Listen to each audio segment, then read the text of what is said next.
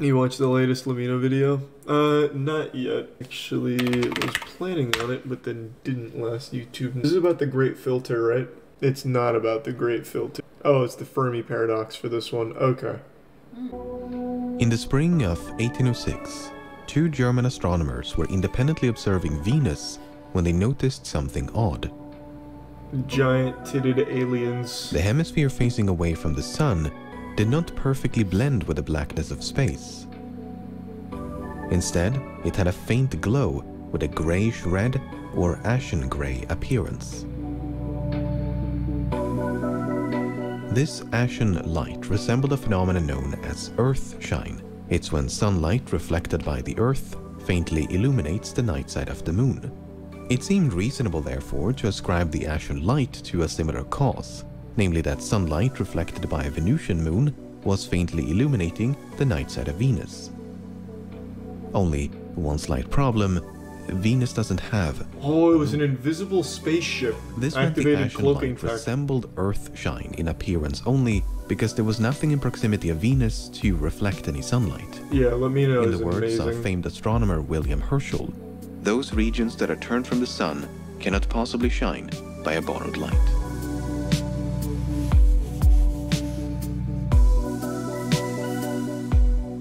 A few decades later, I'll check it out, another but German not on astronomer, stream. Franz von Gröthausen, proposed a rather creative solution to this mystery. The Blow up ashen the light Venus. was the result of sweeping wildfires on the surface of Venus, deliberately ignited by its inhabitants. Oh. He believed that Venus was inhabited by a humanoid species who would periodically light fires on the surface. What an interesting the purpose theory. of which was either to clear land, to commemorate a religious occasion, Yeah. or to celebrate the coronation. Apparently we've been getting of a dumber new because of Venusian lead, but look at where we came from. Fucking Gröthausen did idiots. perhaps get a bit carried away, but he was far from the first to suggest that Venus was inhabited. Titans of astronomy like Christian Huygens and William Herschel envisioned all the planets, including Venus, to be teeming with life. And it took a long time for this romanticized image to fade. In 1916, this illustration appeared in American newspapers with the caption, "A remarkable drawing by Mr. Winsor McKay, illustrating the conditions of Venus as astronomical science now believes." Even well into the space age, we still find echoes of Planet-wide this exodus. earth-like perception. They In realized Huygens was 1967, a onto them. Soviet spacecraft plunged into the clouds of Venus to attempt a landing on its surface. Well, the probe did not survive the descent. It was actually designed to float in case of a water landing.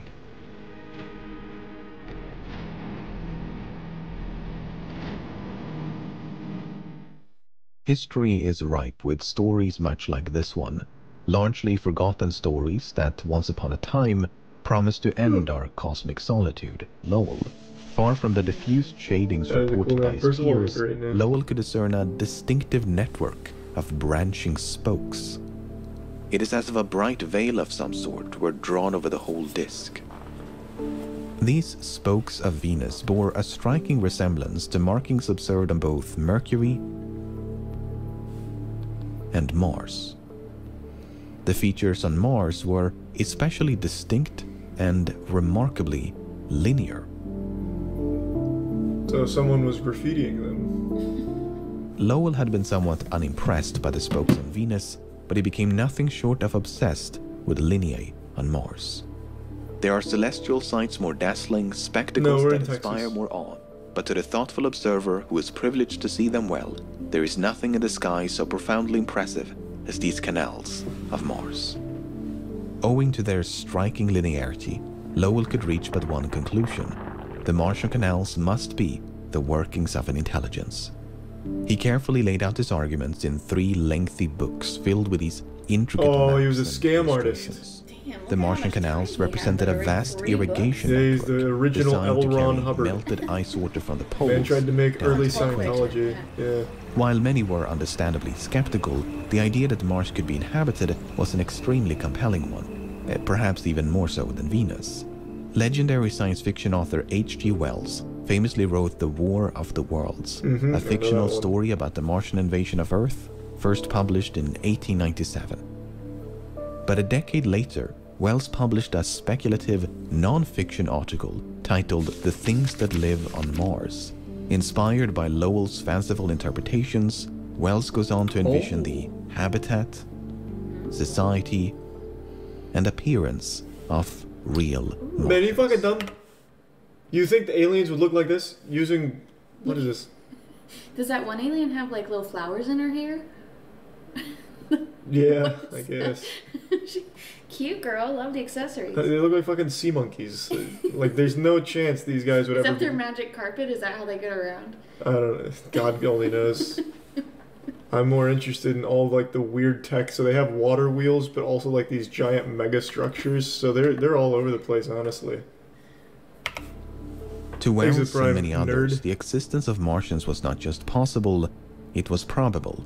Indeed, to some, it had already attained a veneer of truth.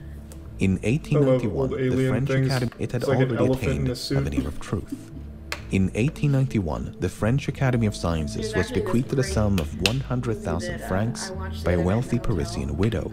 The money was to be awarded to the first person who found the means of communicating with another planet, with the notable exception of Mars, implying that communicating with Martians would have been far too simple of a challenge. That's awesome. Indeed, maps of the Red Planet published by the US military that very same year featured sprawling networks of canals.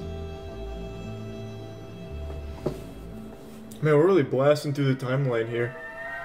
The alien factor. The alien factor? A towering Atlas Agena rocket is the launch vehicle that hurtles the Mariner into the heavens. Scientific apparatus on the Mariner will try to measure the density of the planet's atmosphere, and a television camera will seek to make photographs of its surface, giving man his first close-up look at Mars. The American spacecraft Mariner 4 transmitted the first close-up photographs of the Martian surface in the summer of 1965. Boo, Mars is boring. Despite the complete absence of any linear markings, scientists at NASA were unwilling to give up hope.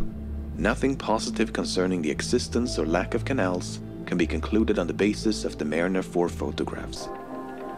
I mean, look at this. Not only is there a clear correlation between this sketch and this photograph of Mars, but you can almost see these barely perceptible lines snaking across the plains.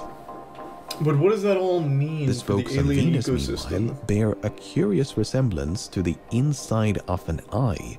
It appears that Lowell constrained the aperture of his telescope to such an extreme that the blood vessels inside his eye began to cast shadows, some of which might have fallen onto Lowell's retina, creating the illusion of labyrinthine markings on distant worlds. It is as if a bright veil of some sort were drawn over the whole disk. What does this mean for the trout population? Good question. Whether it was optical illusions, indistinct shadings on the planets, turbulence in the atmosphere, technological limitations, or an untempered willingness to believe, these networks of lines were merely figments of the mind. There is something incredibly tragic about these old misconceptions. I mean, there was a time not so long ago when life beyond meant life right next door. There's still hope of finding less complex forms of life on a select few planets and moons, which is very exciting, but also a far cry from a tropical Venus or an Ecumenopolis on Mars. As our knowledge of the universe continues I think it'd be to so expand, underwhelming if all we found was like a small little bacteria cosmic neighbors out in space. Can't even talk to it. Wouldn't even speak English. By the mid-20th century, the Asian light had been observed by not dozens, but hundreds of observers, many of whom were as experienced as they were adamant of the phenomenon's existence.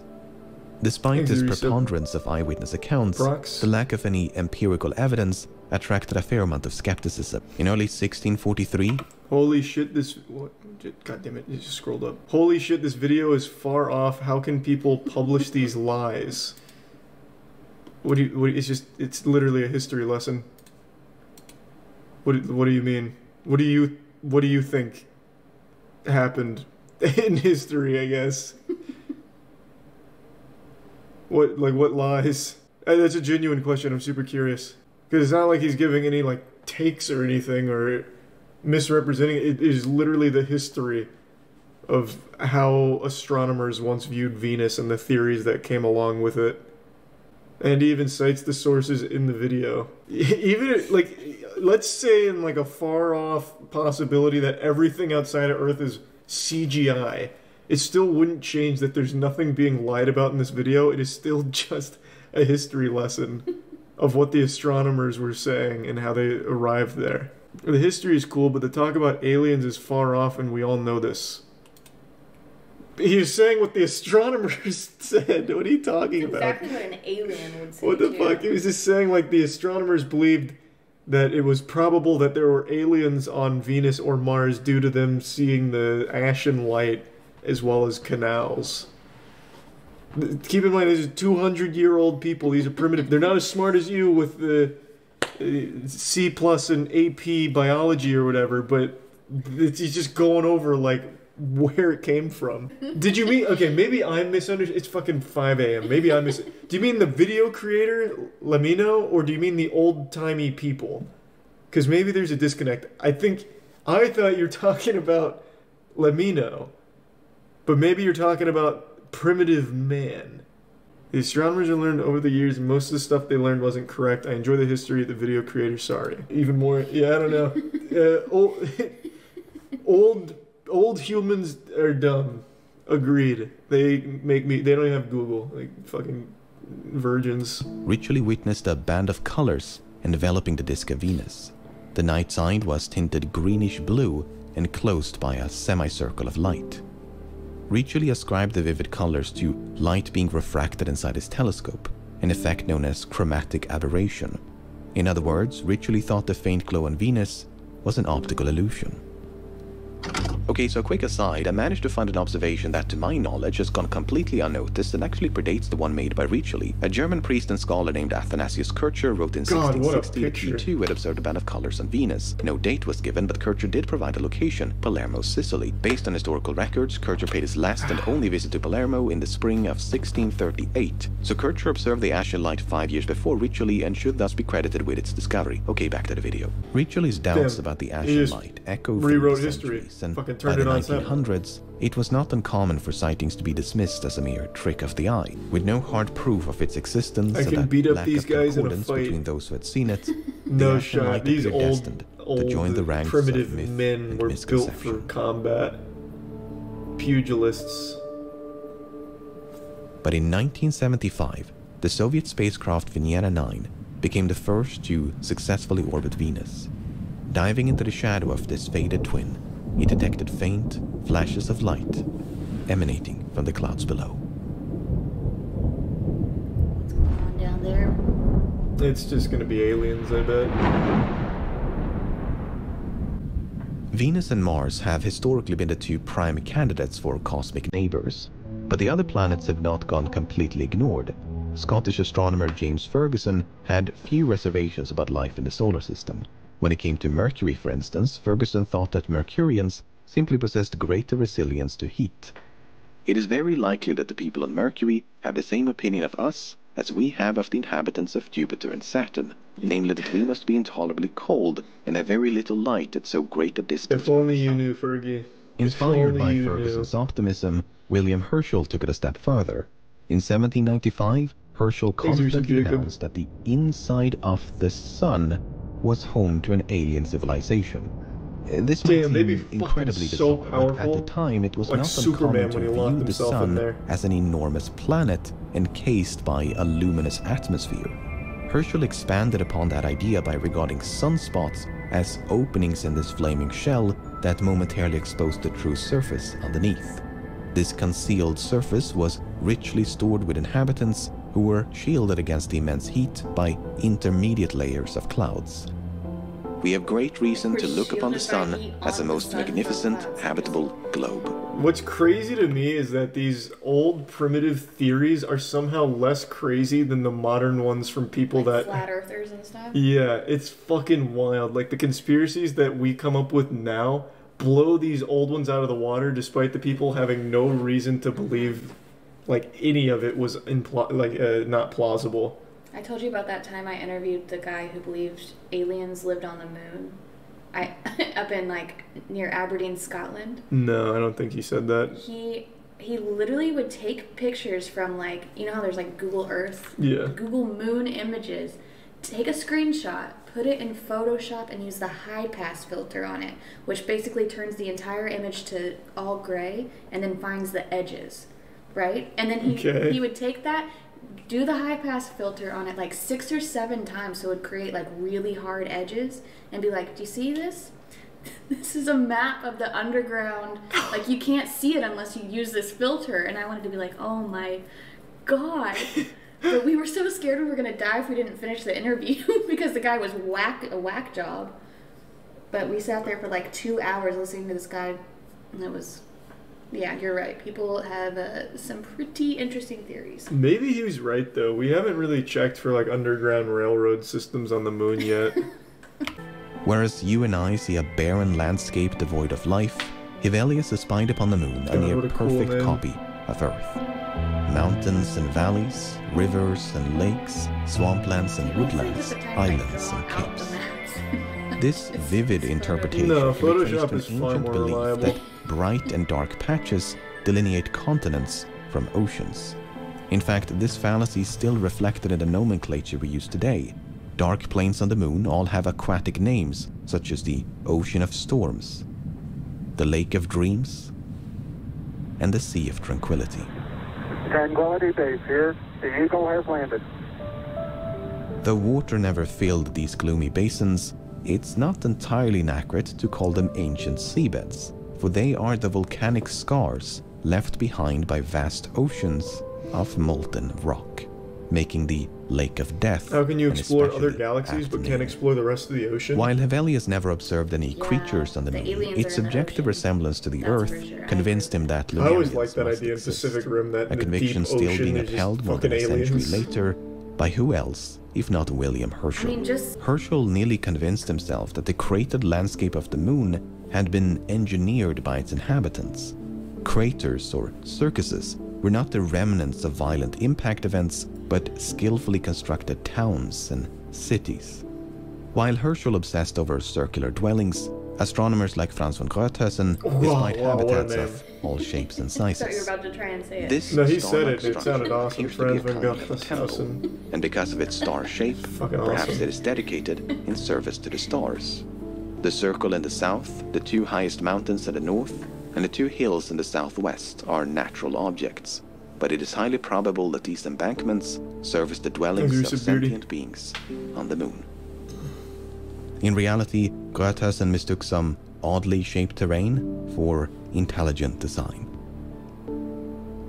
Oh.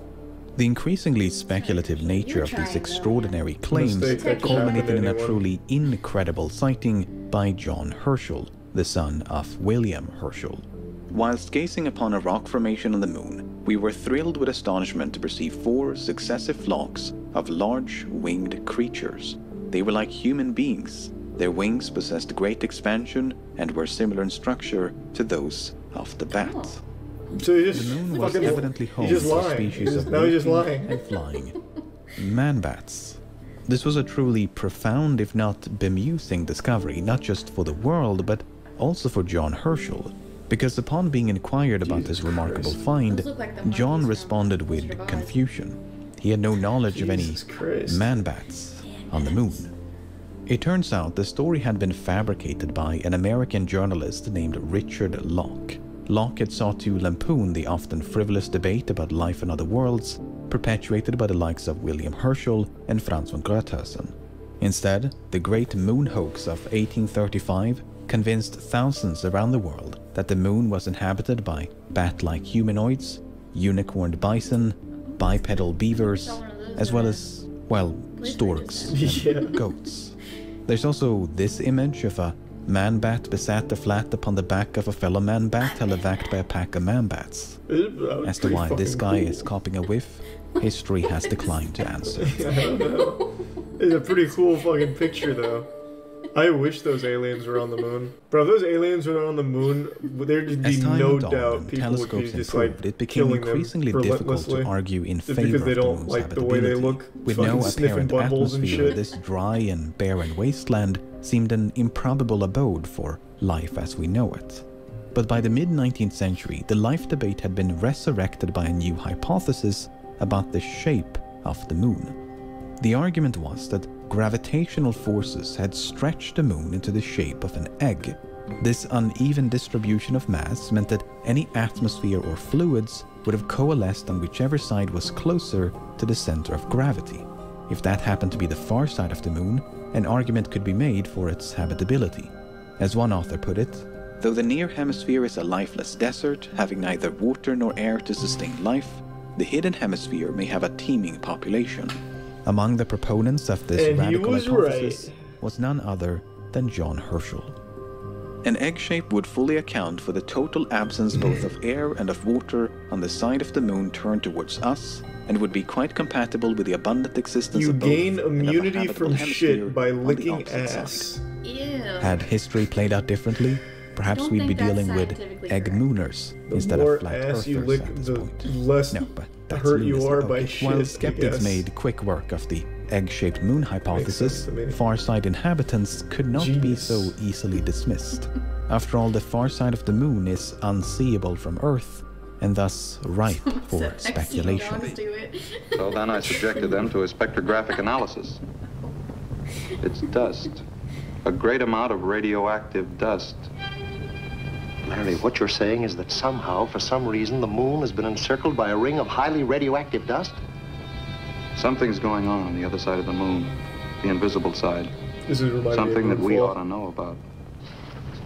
By placing aliens on the far side of the moon, early science fiction authors were able to skirt the line of plausibility. Oh, you're talking about Moonfall. To conceal their presence and perhaps observe humanity from a distance, this cosmic blind spot was the perfect hiding place.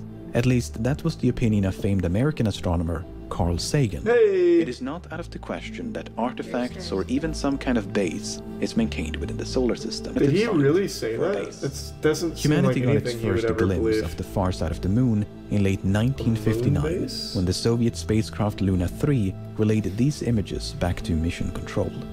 Subsequent missions improved upon the quality, on the other side. but alas, revealed nothing but more moon. But this idea of concealment lingers to this day. Many are still holding out hope that somewhere in the solar system, the ruins or technology of some unknown intelligence lie waiting to be found. God, I hope that's accurate. In 1988, the Soviet Union launched a probe known as Phobos 2. As the name implies, part of its mission was to investigate the Martian moon, Phobos. The probe arrived at Phobos without any major complications, and in late March of 1989 began preparations to plant 2 instruments onto its surface.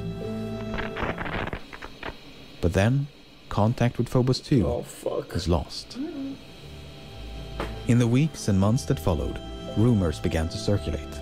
Puzzling features and shadows were said to be visible on some of the final images transmitted by Phobos 2, the nature and origin of which supposedly defied explanation. Through various articles, conferences, and television programs, these images were gradually unveiled to the public. They appear to depict an unidentified craft in orbit around Mars. It was said to be an alien spaceship that had attacked and disabled Phobos 2. Not only that, but it cast an enormous elliptical shadow upon the surface of Mars. Okay, that's interesting. The Eye of Sauron, eh? Но эта тень появилась действительно неожиданно, и что это такое, мы сразу не поняли. И, наверное, не очень хорошо обратили на это внимание, потому что дальше она опять, увидите, продолжается в виде полосы такой. То есть это не предмет, висящий над поверхностью, а это, видимо, тень все-таки на поверхности планеты? Наверное. Потому что, то есть это не полностью перекрывается, так сказать, сигнал от поверхности Марса. Это похоже на ракету, взлетающую с поверхности Марса, и после которой еще остается инверсионный след. Как вы к этому относитесь? Но если дать волю фантазии, то, конечно, можно найти и такие объяснения. Но мы склонны видеть совершенно реальные, хотя, может быть, еще до конца не объясненные обстоятельства, которые породили вот такой вот след. Скорее всего, это все-таки тень от какого-то объекта на поверхности, потому что сквозь тень просвечиваются элементы поверхности. Raw data from the Phobos 2 mission became readily accessible. The unidentified craft looked an awful lot like an overexposed transmission artifact. In fact, all the infrared images featured the same white streak. Yep. God damn it. Meanwhile, the elliptical shadow belonged to Phobos. Its elongated shape was due to multiple scans or photographs being taken in sequence before assembling the final image. Stories like the Phobos incident have become rather par for the course. Some initial event or discovery leaves an information vacuum which is immediately filled by fantastical speculation. Yeah, A and the printing speculation artifact is becomes always a tower on the fantastic. moon. The happenstance of light and shadow begets a human face on It's Mars. fucking cool. And these prominent boulders Sleep well, on both Panda. Mars and Phobos conjure images of a certain Stanley Kubrick film.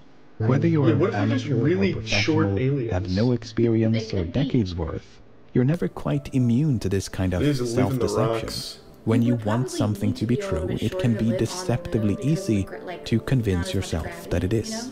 Yeah. Remember that prize money, the Yeah. 100,000 francs, that's science offered to somewhere anyone in who there. discovered a means of Yeah. communicating with another planet, excluding Mars. Well, in 1937, there was a claim on that prize. The claimant was none other than world-renowned inventor Nikola Tesla. He died a virgin. In 1899, He fucking died Tesla a had been virgin, what an experimenting idiot. with wireless radio communication. Stupid fucking virgin. During some of those experiments, he picked up some rather odd transmissions. Although I could not decipher Exhibits, their Coco. meaning, Sleep the well. feeling is constantly growing in me that I have been the first to hear the greeting of one planet to another. A purpose was behind these electrical signals. Tesla described the signals as a repeating sequence of either 3 or 4 pulses. Decades later, Tesla was still convinced that he'd received an interplanetary message and had even deduced its origin. The signals consisted in a regular repetition of numbers, and subsequent study convinced me that they must have emanated from Mars.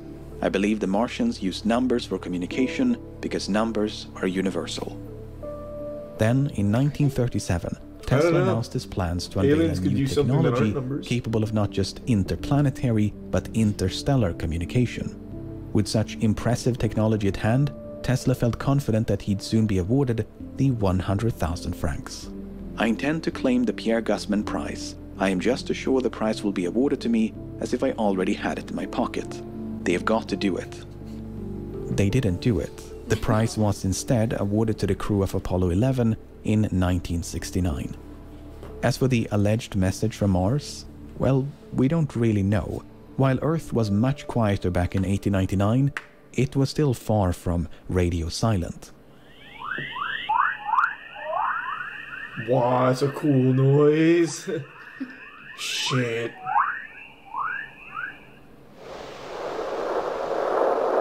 That one sucks. It just sounds like wind. Jupiter's cringe. Get off the air. Hate this radio station.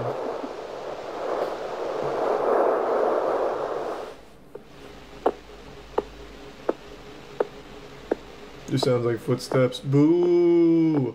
Footsteps. They're coming closer to us. Yeah, boo. Fuck 'em. Perhaps it was nothing but the rumbling noise of a distant thunderstorm.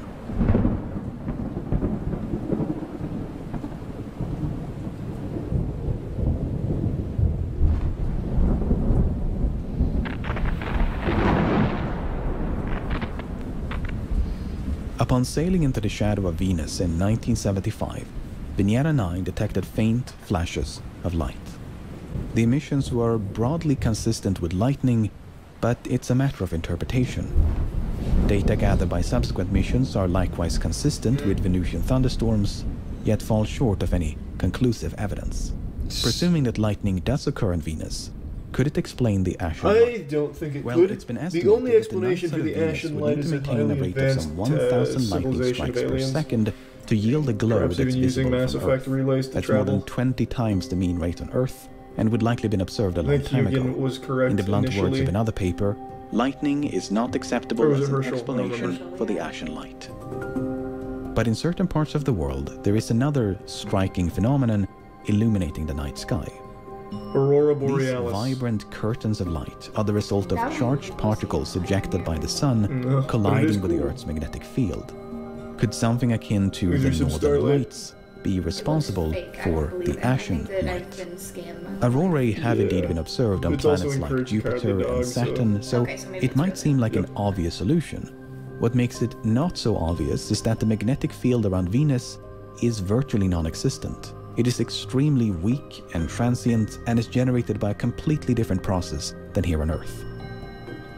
In spite of this, when caught in the path of a solar storm, Venus has in recent years been observed to glow. That's fucking awesome. The underlying mechanism of this glow is still poorly understood, but there is an apparent link between solar activity and diffused emissions of light on the night side of Venus. According to author John Barentine, who's written the definitive book on the subject, the data are inconclusive, but there are hints in this figure that something is indeed up. The apparent spike in the number of Asian light sightings in the 1950s correlates with one of the strongest solar maxima of the past 250 years. Okay, so we're getting somewhere. As Wi-Fi signals increase, so too does it's a bit too early to celebrate. Nothing conclusive has been found, and despite many attempts to do so, the Asian light has never been recorded on camera.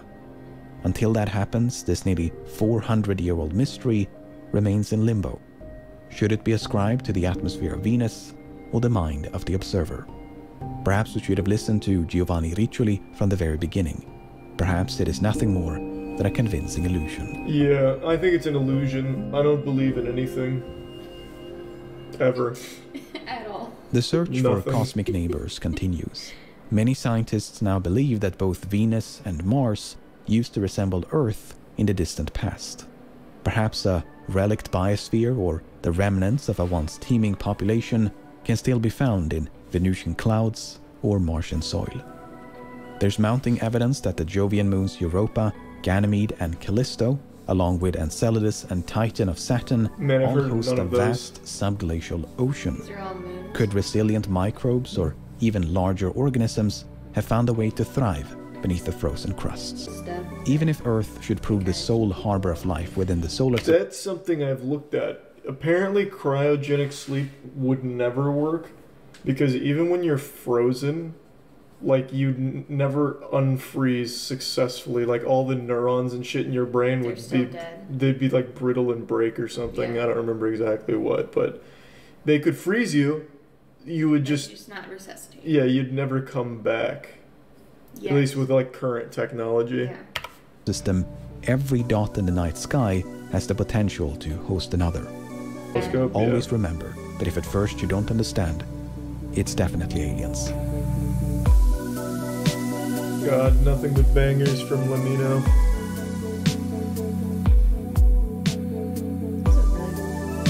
Yeah, he always does really well done videos. He spends months on them. I know. Yeah, no, he spends a lot of time on them. You need special proteins like frogs have that don't allow ice crystals to form quickly. Those are the ones that fuck you up. Yeah, they like burst all your cells or something, right? That's interesting. So maybe witches were on something. Frogs, stews, everything. Maybe. All I know is we're not there yet. Maybe we could find a different way of preserving, like formaldehyde. Just like dumping people in formaldehyde chambers. And they wake up all gooey and yucky but alive. Can we pickle humans? See, someone gets it. I bet with enough dedication and resources we could find a way to like actually pickle humans. Cryogenic sleep is currently unattainable. Yeah, what would be the other? So pickling, maybe? Yeah, pickling, probably. But pickling means like adding a bunch of salt. Wouldn't that kill you? No. Like you could just... You could epoxy. You could even use like there's a hot dog that's been alive for like 2 years now, trapped in epoxy. I'm sure it'd work the same for a human. But... Well, yeah, but that's why with the epoxy, we'll mix in with like ice cubes or something. Oh, okay, yeah. So it's not like extreme enough to... Emo nerd smashes his room playing Step Mania. What a title. Sounds like one of those old fake videos. It absolutely is. 12 years ago, this shit is definitely gonna be fake. There's some Logan and Aurora. Look up Dude Stop Me, Let Me Go. I'll check it out in a sec.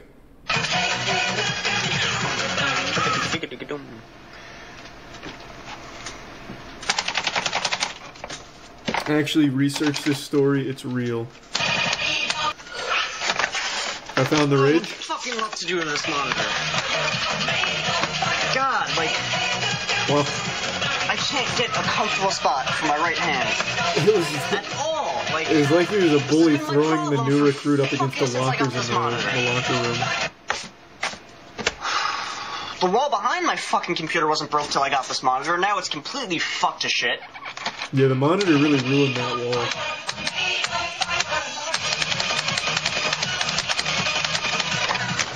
Oh, speakers in the way. Get the fuck out of here. Okay, yep, get that shit out. The speakers are just being real assholes.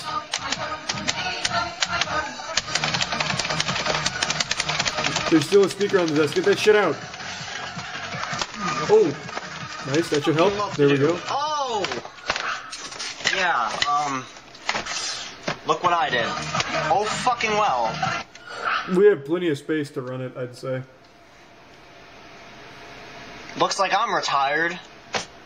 Well, I mean, not forever. You can get another monitor. But it might be best if you did completely retire.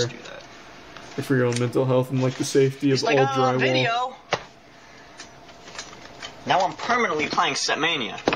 You know, got my fucking life bar, score, made a fire, key setup or some shit. I don't even know what the fuck that is. Is you enjoying it? Shortcuts or... Now I need a new monitor. Like, I probably shouldn't even play again, because shit like this will just happen again. Like, look, that, fucking, like, Jesus. The rest of my fucking room. Oh, I should probably fucking quit this game. Look, I fucking put my head through my wall. It's like a warthog came in here and just went wild. Holy shit. And this is real? Well, I guess, I mean, the holes in the wall. There's definitely a level of self-awareness there. I don't know how he did this one, though. This one's on the ceiling. He must have, like, thrown his monitor up like LeBron James with the chalk before a big game. Yeah, I'm like, look, that. Hold on, I want to see the other one here. That. Ooh. Fucking, like, the rest of my fucking room. Oh, How do you even make these tiny holes, the little glory holes? What was he doing, like poking his fingers through it? I guess cords, maybe? Oh, I should probably fucking quit this game. Look, nice. I fucking put my head through my wall. You said you researched this and it's real. So, give me the backstory.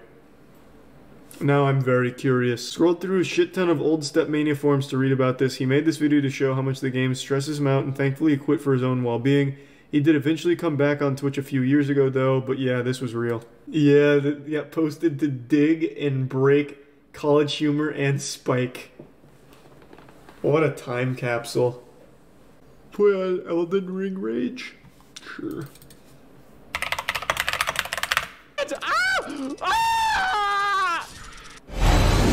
Well, that's not Rage at all. Okay, what the fuck was that intro? You gotta think about it logic.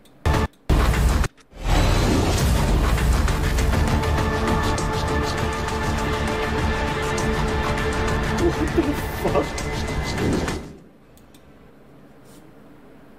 Bro, what a fucking crazy intro. Is that all they do, is compile, like, rage moments? Yeah. Thoughts on Better Call Saul so far? Oh, it's been great. I've been really enjoying Better Call Saul. It lives up to the hype. It's not better than Breaking Bad, though, I'll tell you right now.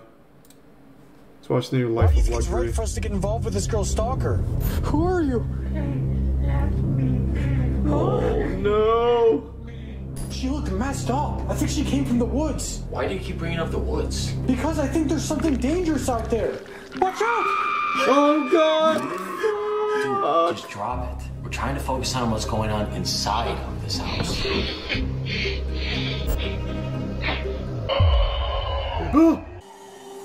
Wait, so those, like, shadow hands are like, actually the hero.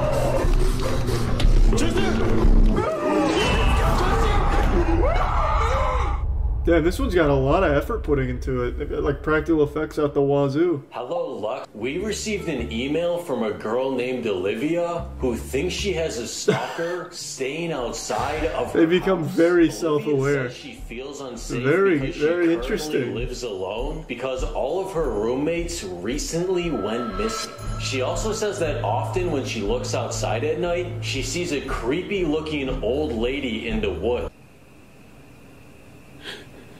Oh god. She doesn't even look old. That didn't even sound like bones cracking.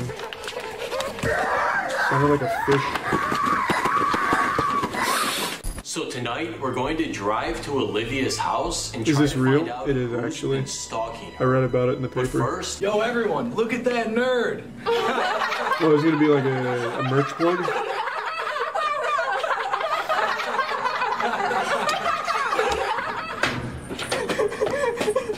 He's a Prime RXC and the Risa Black Dick. hey kid, if you want to stop dressing like a nerd, just order some luxury merch. Luxury merch? It's the new official Life of Luxury and Luxury Dark merch. It has premium material and terrifying design. Just go to luxurydark.tv to buy it or click the first link in the description. Wow, I'm sold.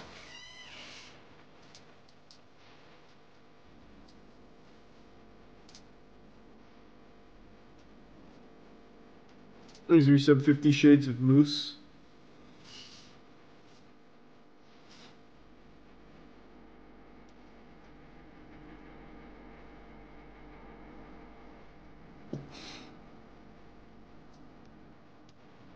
God, this is going on for a long time. LuxuryDark.tv to buy luxury merch. Or click the first link in the description. I don't think it's right, but Olivia's all alone right now. And scared. So I don't see how her being scared is our problem. Dude, just admit that you're attracted to her. Okay, yeah, I mean, from her photos, she's clearly an attractive girl. But I don't understand how her appearance could affect my decision to help her. Right. Those pictures go kind of hard. That's very aggressive. Yeah, it seems like they've become very self-aware. Pull over. Pull over. This doesn't seem like they're trying or anything to be convincing. Bro, this area looks sketchy. We're in the middle of the woods. Dude, it's alright. Let's just go inside. Too self-aware? Yeah, too self-aware, I would agree. I'll give it another quick chance, though. Oh, wow. Chester, come on. What are you doing? We gotta go. Bro, there's a girl here. Just a coincidence, I'm sure. Dude, come on. Dude, what is she doing there? I feel like they were always self-aware. Maybe, but I feel like the first one we watched from them with the he keeps growing at night or whatever seemed like a legitimate attempt to make like a horror short.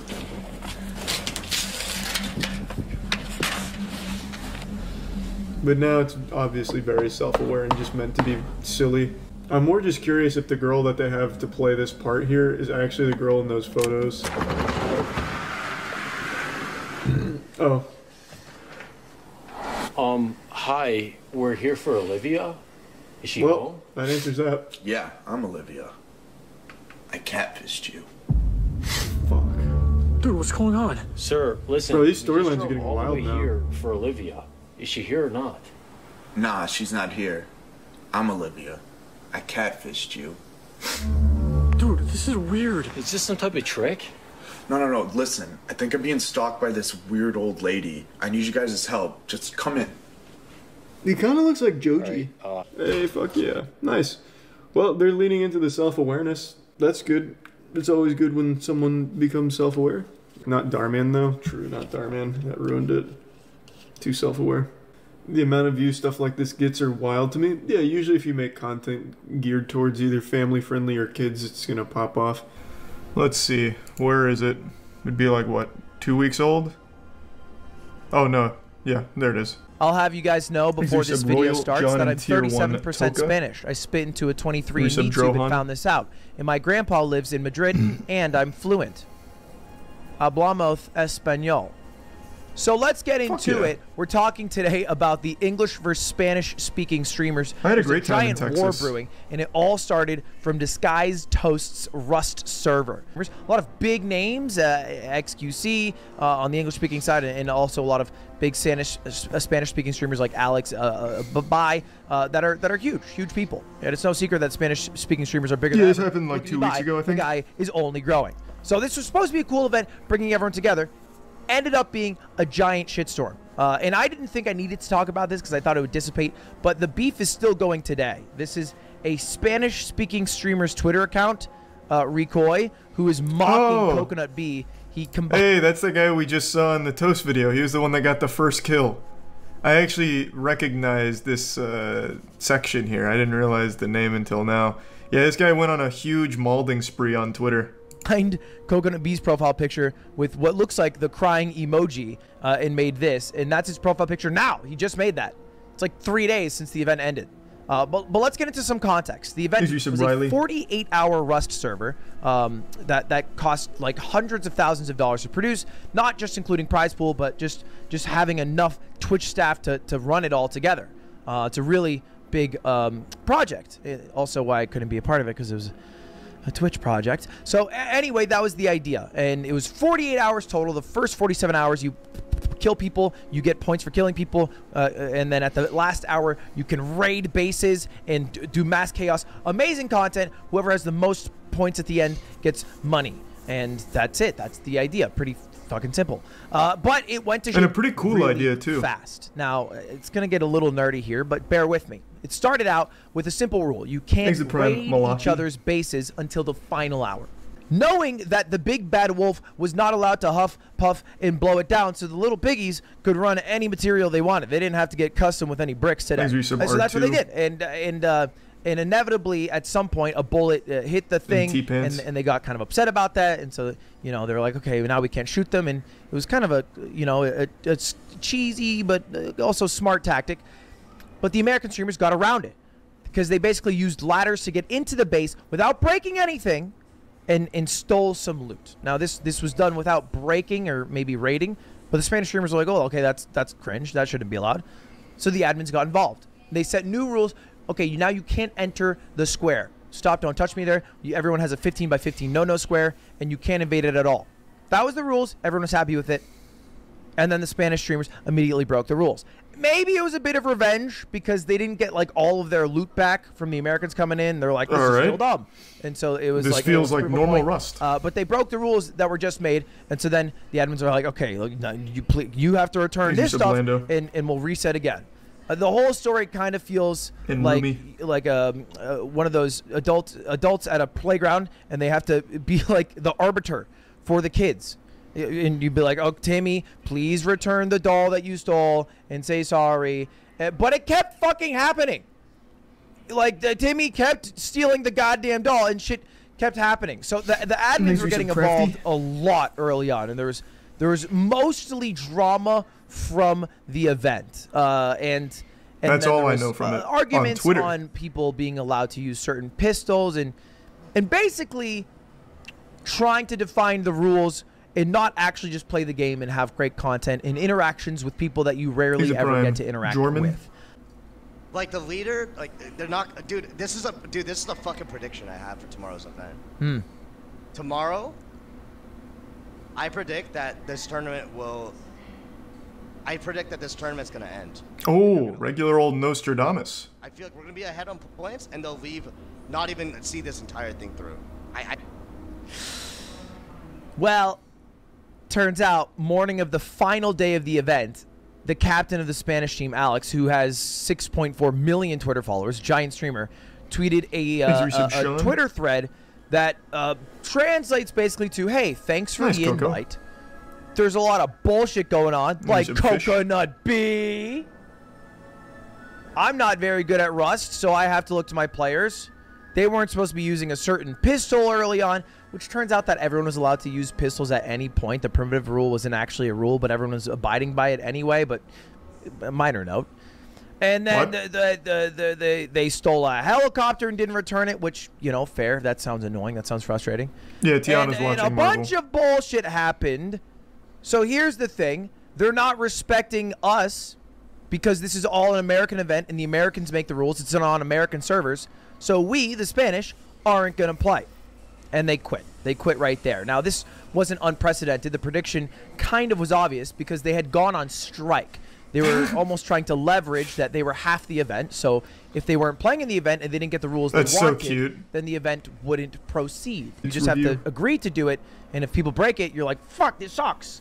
Yeah, it's kind of similar to all Ark. the power that you would like. All survival games are somewhat similar. They share the same DNA. Part of this is these tweets are in Spanish because I am Spanish, and thanks again for toast. No drama with him. Okay, you know, finale. It's supposed to be a cool raid. It's supposed to be nice. And look, if that was everything that happened, it'd be pretty boring. That's okay. Like I would say, hey, play it out just because it's better content, and I think content is key. I would rather lose and be the punching bag for someone else to win and have better overall content than no content at all. But I understand a bit. I am an American and I love oil. Being a captain and not being good enough that you want to continue through the rules. All right.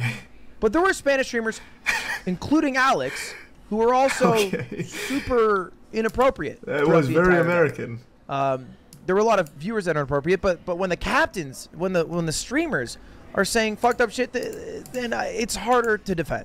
And this is Recoy, who is the same guy who's making fun of Coconut B. Yeah, this guy was really fuming. Profile picture, just typing a slur into chat, and Alex, the captain of the Spanish stream, the big Spanish streamer, being like, "Oh, what's the R word?" And then they type in the N word, not actually typing it out fully, but like they're joking that, hey, this isn't a slur. Oh, you're talking about the R word. You mean this, and then typing the letter N, implying the N word. Which, you like, it's not done from a place of like, hey, this is a fun little bit, let's do that. Even if they would, like, even if they're trying to come up with a shitty joke and you're trying to give the benefit of the doubt and it's a shitty joke, it's from a place of animosity when they were beefing with English streamers, which I think that added context makes this a little more uncomfortable. We thank all the creators for their time and viewers watching, and then they want to make good events. We understand. We're listening to the community. What's the drama about? The way we wanted. We Spanish streamers thinking the Americans Spain, are cheating. LATAM and NA communities in future events. And that's it. Oh, that it was rigged against them. And a lot of NA streamers were pretty sad. Here's a clip. Wendy, Natsumi, one of the streamers on America's side, stayed up for like 48 hours. I'll let Hannah take it away. It's like, even though like no one forced Wendy to be on for 48 hours. That's incredible. Like, Wendy is a godsend. Like, no one. Oh, rip Wendy. Wait, is that her? Oh, no. Dude, no one. It reminds me of Pixel Place. You're talking about our place. Yeah. They're really caught up about this. You know, the whole internet was trending up in arms for the English speakers. But I think Mendo, one of the English-speaking streamers who played the longest, right? No, I never watched the actual conclusion to all the drama. And this is what he had to say. I thought it was pretty poignant. Stand by those fucking words 100%. It is spineless, it is childish, and I cannot believe that actually happened with a set of streamers that are grown adults when they call us 14-year-olds. The fucking racist chat hoppers that fuck up everyone in my team, my teammates, the people that have never played before, saying racist shit like eat your dogs, go back to the kitchen to the women that are playing. Yeah, tell your truth, Mendo. Yeah. Get banned. I know the streamers are not doing actively anything to stop this. And God damn, throwing it down. Spineless shit too.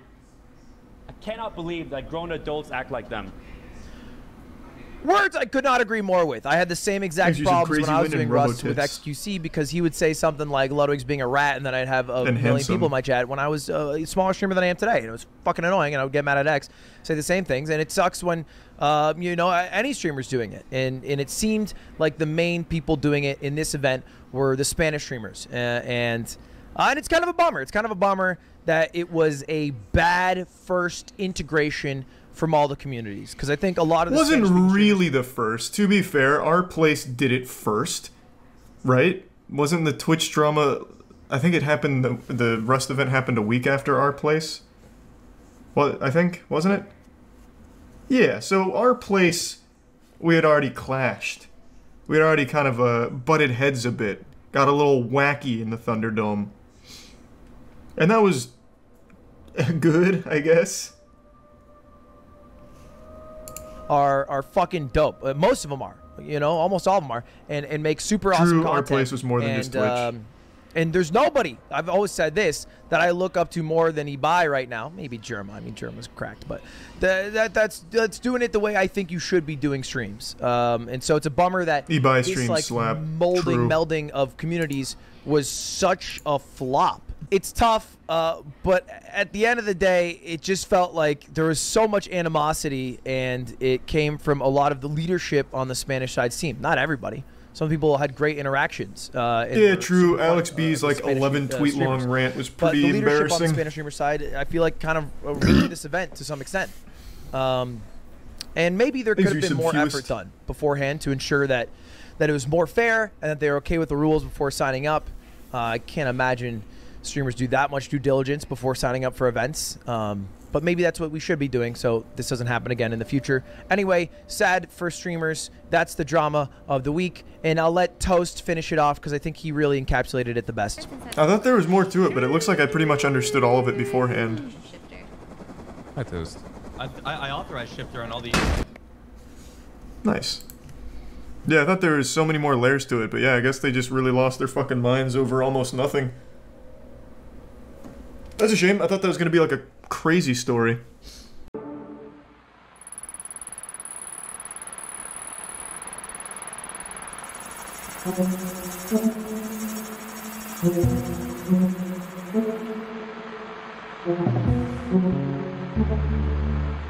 Thanks to Tier 1 Ricky McKnight.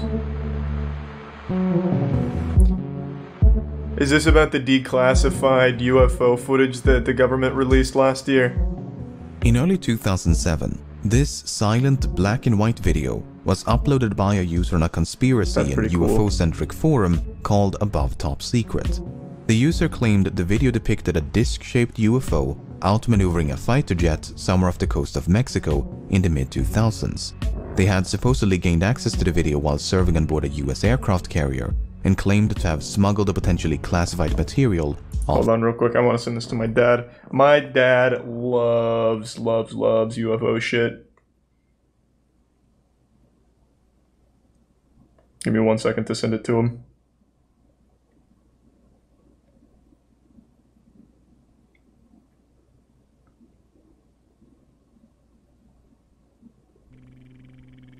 Okay, there we go. Thanks for the resub, Matt. Off the ship. While some members of the forum chose to believe their story, others were not so easily convinced. For instance, the video was hosted on a website belonging to a group of German film students, which led some to denounce the clip as an attempted hoax. Even those who believed it could be genuine still complained that it was a totally uninspiring video of a fuzzy dot. Thanks for the resub, David. Over a decade later, this long-forgotten video suddenly resurfaced as part of an article by the New York Times. The video was now linked to a secret government-funded program and was even corroborated by a credible eyewitness. What had initially been dismissed as a hoax turned out to be real. The video was said to depict a genuine encounter between US Navy fighter jets and some sort of unidentified craft. I just wish the video was better, because the video itself is pretty underwhelming. A video of a similar yet completely separate incident was also featured at the beginning of the article, except this one had sound. Dude, this is a drone, bro. There's a whole fleet of them. Look on the ASA. My gosh. They're all going against the wind. The wind's 120 knots from the west. Look at that thing, dude. These two videos, along with a third released a few months later, spread across the internet like wildfire. Comment sections and discussion threads were dominated by unrestrained speculation about aliens and paranormal phenomena. The skeptics, meanwhile, took it upon themselves to analyze every pixel in every frame in the hopes of uncovering some... It does look fucking weird. ...that could identify these fuzzy blobs. It's like a Beyblade. Any lingering doubts about the video's authenticity vanished with the release of an official statement by the Department of Defense confirming that the videos depicted real events involving unidentified aerial phenomena. So, what exactly are we looking at? Let's read some Chillo Wisp.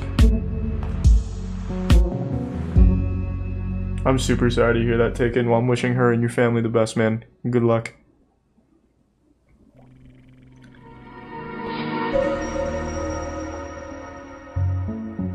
The first video was recorded off the northwestern coast of Mexico in late 2004. The story behind it has been recounted by more than a dozen naval officers, and it goes like this.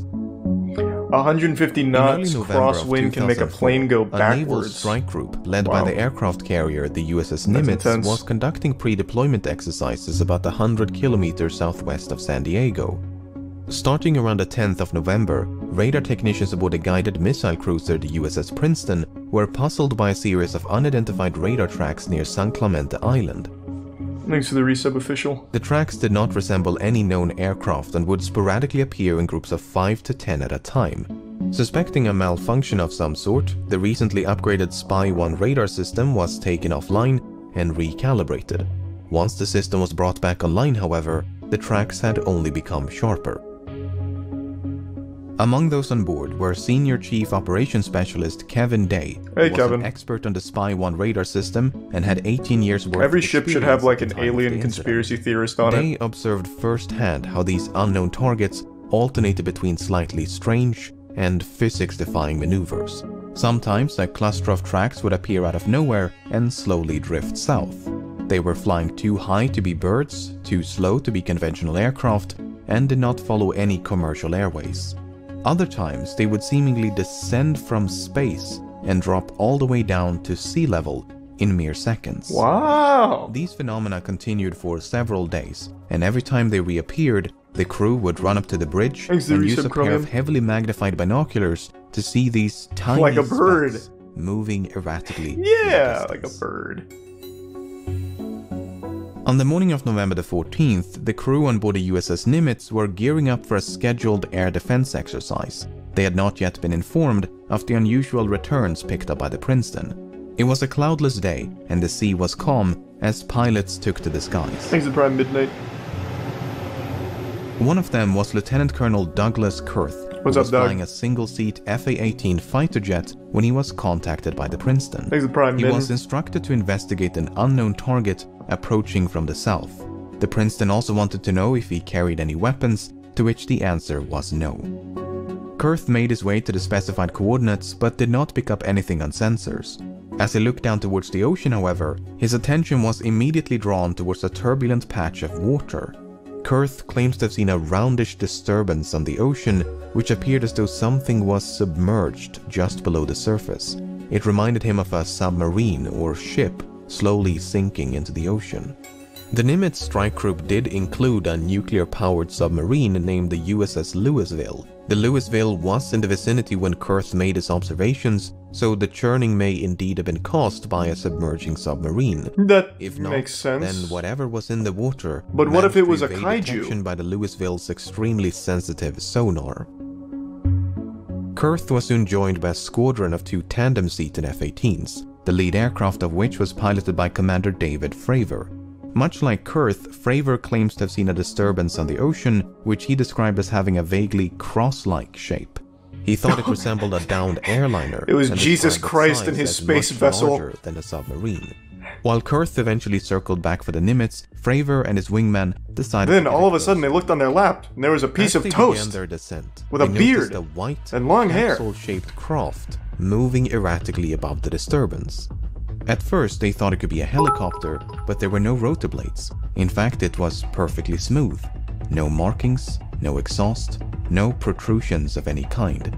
The UFO appeared to maintain a consistent altitude, but made rapid lateral movements with no visible means of propulsion.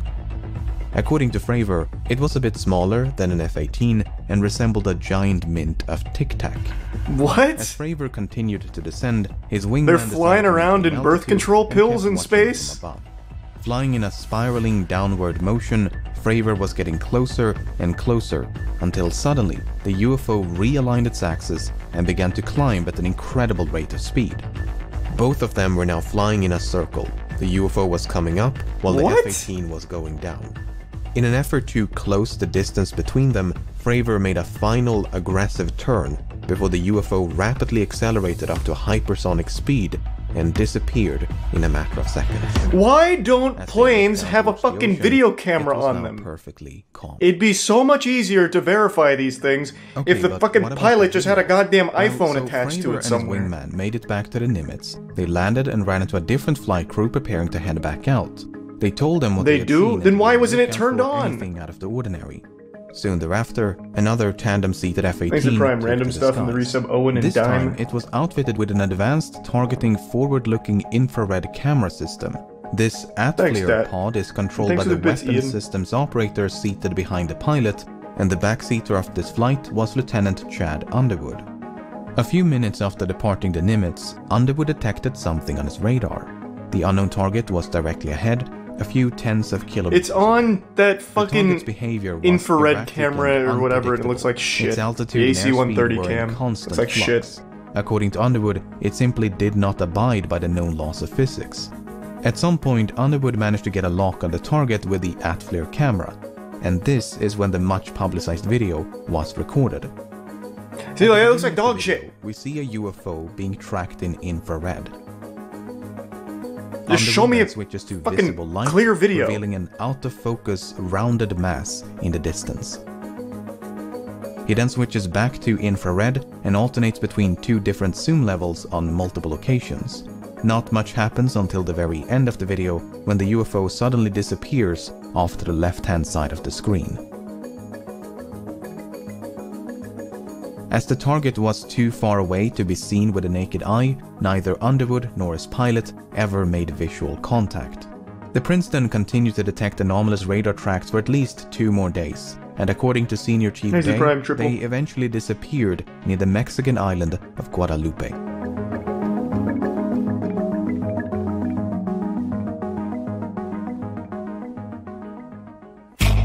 Hold on, I need some water. I love this shit though. I've always had a big fascination with UFOs and aliens and all that. I'll be right back. And thanks to the Prime, Big Nut. Oh, shit. Thanks to the Prime, In Lucid. complete isolation, utterly divorced from any and all surrounding context, this video is extraordinarily unremarkable. Agreed. It's a fuzzy blob against a featureless background. It's only when you place it in the middle of these truly remarkable stories that the video itself becomes remarkable. When skeptics and debunkers claim that this is a distant airplane, I understand why many are so opposed to that explanation, because the witness accounts say otherwise. A distant airplane can't just zip around the sky as if gravity was non-existent. It doesn't make any sense. Unfortunately, we don't see any of those physics-defying maneuvers in the video. In fact, this fuzzy blob does not do much of anything until the very end, when it suddenly disappears off to the left-hand side of the screen. Yeah, it doesn't even disappear some claim fast. This is due to a sudden acceleration by the UFO, but it could also be something as simple as the camera losing its target lock. It's difficult to tell. True. Thanks to resub Habla and himself Soup. is uncertain about what happens at the end, as he never made visual That'd be contact. cool looking. The witness accounts, meanwhile, are so extraordinary they are difficult to believe. If any regular person claimed to have seen a tic-tac-shaped UFO moving erratically in the sky, a few would listen. But when that same story is told by some of the most qualified observers on the planet, it makes you wonder. And it wasn't just 1 or 2, these UFOs were either seen or tracked by dozens of experienced aviators and sailors for nearly a week. They were seen from multiple vantage points and tracked by one of the most sophisticated radar systems in the world. To think that all of them are lying or all of them were deceived by some prosaic phenomena seems absurd. At the same time, there is no way to verify what they're saying. We have no choice but to take them at their word. We don't have the radar data, the radio communication logs, nor any corroborating evidence. Well, except for this pixel-deficient footage, I guess. Some of the witnesses claim there was actually a much longer and much higher resolution video than the one we see today. They claim to have seen this video on board the Princeton and that the shape of the UFO was perfectly clear as it violently maneuvered around the screen. What's interesting about this claim is that when the video was first leaked online back in 2007, the anonymous leaker claimed they had 4 different versions of the video in their possession. 2 of them were said to be shorter, but the 4th was said to be twice as long and supposedly showed more UFO movement. Unfortunately, this extended version has never seen the light of day. Until now. Some of the witnesses are to be I'll believed, release it if we get 200k viewers you see, right on the now. evening of November the 14th, all the footage and data from these events were supposedly erased. Witnesses claim that 2 men arrived via helicopter who then collected the relevant data before having all the tapes and hard drives wiped clean. Witnesses from both the Nimitz and Princeton. Do you think if there was alien visits, insist that nothing like it had it ever really happened wouldn't before? leak? This has I understandably genuinely led to find that hard to speculations believe. of some I feel sort like of it'd have to cover-up, leak. that these sightings were that of top-secret military drones or aircraft. While the US military is undoubtedly experimenting with all kinds of cutting-edge technology, it is difficult to believe they possess gravity-defying, hypersonic flying tic-tacs. If so, they would possess technology so far beyond anything known to the public, it would be akin to magic. And this was back in 2004. It has leaked, we just don't believe it. 2004 was a No, I don't think that's... But it was still aggressively 2004. Flat ball! From a disc to a ball right before your eyes. Catch it, flatten it, and let it fly! Flat ball! Flat ball I really was pretty don't cool. know what to make of this story. After reading, watching, and listening to so many interviews with the people who were there, I'm left with a distinct impression that they're telling the truth. The video, on the other hand, does little to support their claims. Sure, this fuzzy blob may be unidentified, but it's not unexplainable.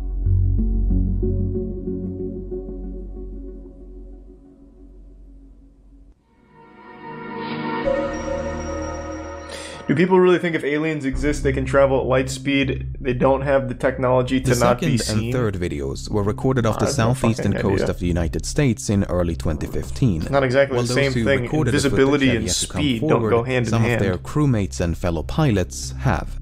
And according to them, the story goes like this. In the summer of 2014, a naval strike group led by the aircraft carrier the USS Theodore Roosevelt was conducting pre-deployment exercises somewhere off the coast of Virginia.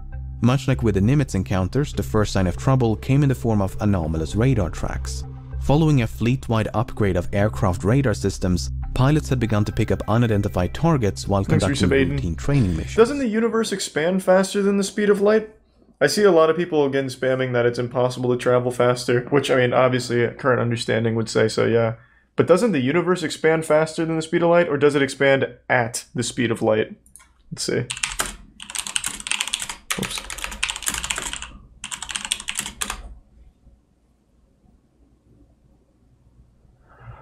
Okay. Not super helpful.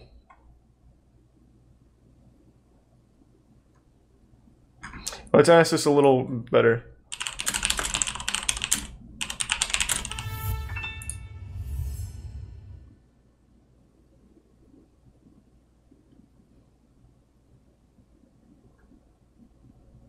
Okay, so the universe expands faster than the speed of light, but nothing in it does.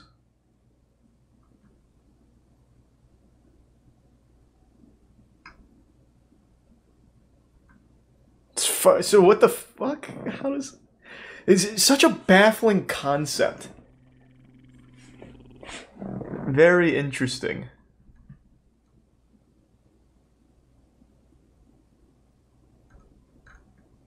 So how the fuck can the universe go faster than the speed of light with its expansion, but the things that are left in it aren't traveling at that speed? Yeah, if only Yahoo Answers could solve this for me.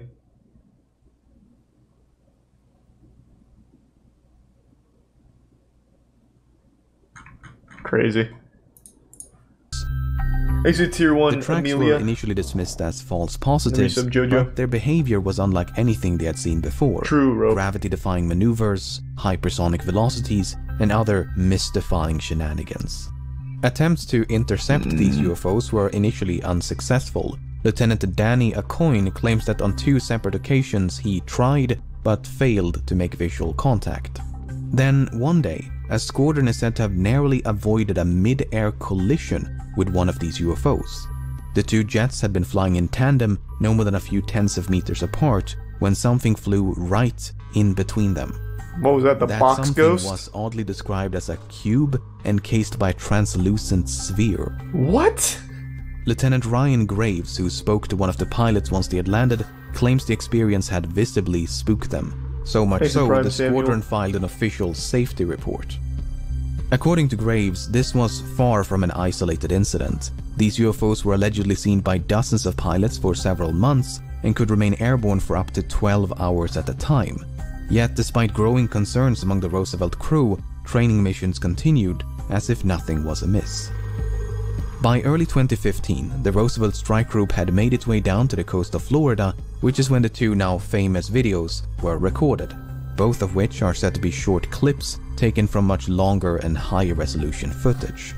We don't know much about the circumstances as the officers involved. So this happened near Florida? But are we sure it wasn't just like a meth addict who made a homemade plane and all of the jerky movements are him crashing? There's a whole fleet of them. Look on the ASA. My gosh. They're all going against the wind. The wind's 120 knots from the west.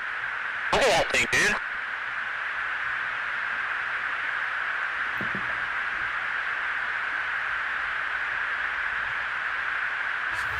That's not our LNS though, is it? It's not. That is the LNS, dude. Well, if there's like another thing, it's rotating. So, there are a few things to unpack in this one. If we ignore the audio for a moment and focus solely on the visuals, the thing that immediately stands out is the apparent rotation of the UFO. Yeah, that's pretty cool. I use the word apparent because some debunkers claim that this rotation is an optical illusion. Fuck. You see, the Atflare pod is equipped with something known as a derotation mechanism. It's meant to counteract the rotation of the camera so that the orientation of the image stays the same, also known as image stabilization. What may not be stabilized, however, are certain artifacts produced by the lens of the camera. You can even try this yourself. Aim a camera towards a light source, rotate the camera, stabilize the footage, and there you go. The orientation of the image is preserved while these spokes of light rotate along with the camera. So much like how the light from this light bulb is producing a lens flare, the infrared radiation from this UFO is said to be producing a lens glare. In other words, the bunkers claim it is the camera and thereby the glare which is rotating, not the UFO itself. While this explanation you ruined Christmas then. Fuck you. I thought that was cool. Things get a bit more confusing once we bring back the audio. Well, if there's another thing, it's rotating. If this rotation is merely the result of image stabilization, why would the two pilots fail to recognize it as such? Surely they, if anyone, would know what that looks like. And they're not alone. Both Lieutenant Graves and Bygone believe it is the UFO which is rotating. Furthermore, an expert on the Atflare system has very plainly stated that this is not an optical illusion. But this is not the only puzzling comment made by the two pilots. There's a whole fleet of them. Look on the ASA. My gosh. They're all going against the wind. The wind's 120 knots from the west. So the radar is supposedly detecting a whole fleet of UFOs, which are all traveling crosswind. I mean, if what we're looking at is something prosaic, like the blooming exhaust of a jet engine, these comments don't make a whole lot of sense. I would love to hear what these two pilots have to say if they ever decide to come forward. Until then, all we can do is speculate. Thanks for the 5 gift subs again, Cyaxis. Appreciate the generosity.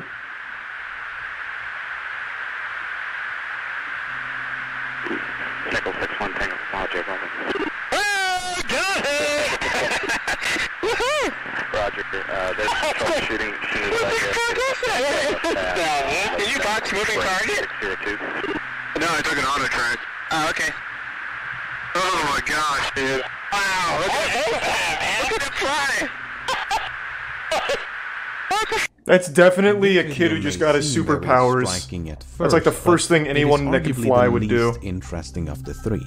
Once again, let's ignore the audio for a moment and focus solely on the visuals. Unlike the previous two, the UFO in this one is colder than its surroundings, so the ocean below is radiating more heat than whatever this is. It may look as though the UFO is traveling at high speed, but this is likely the result of parallax.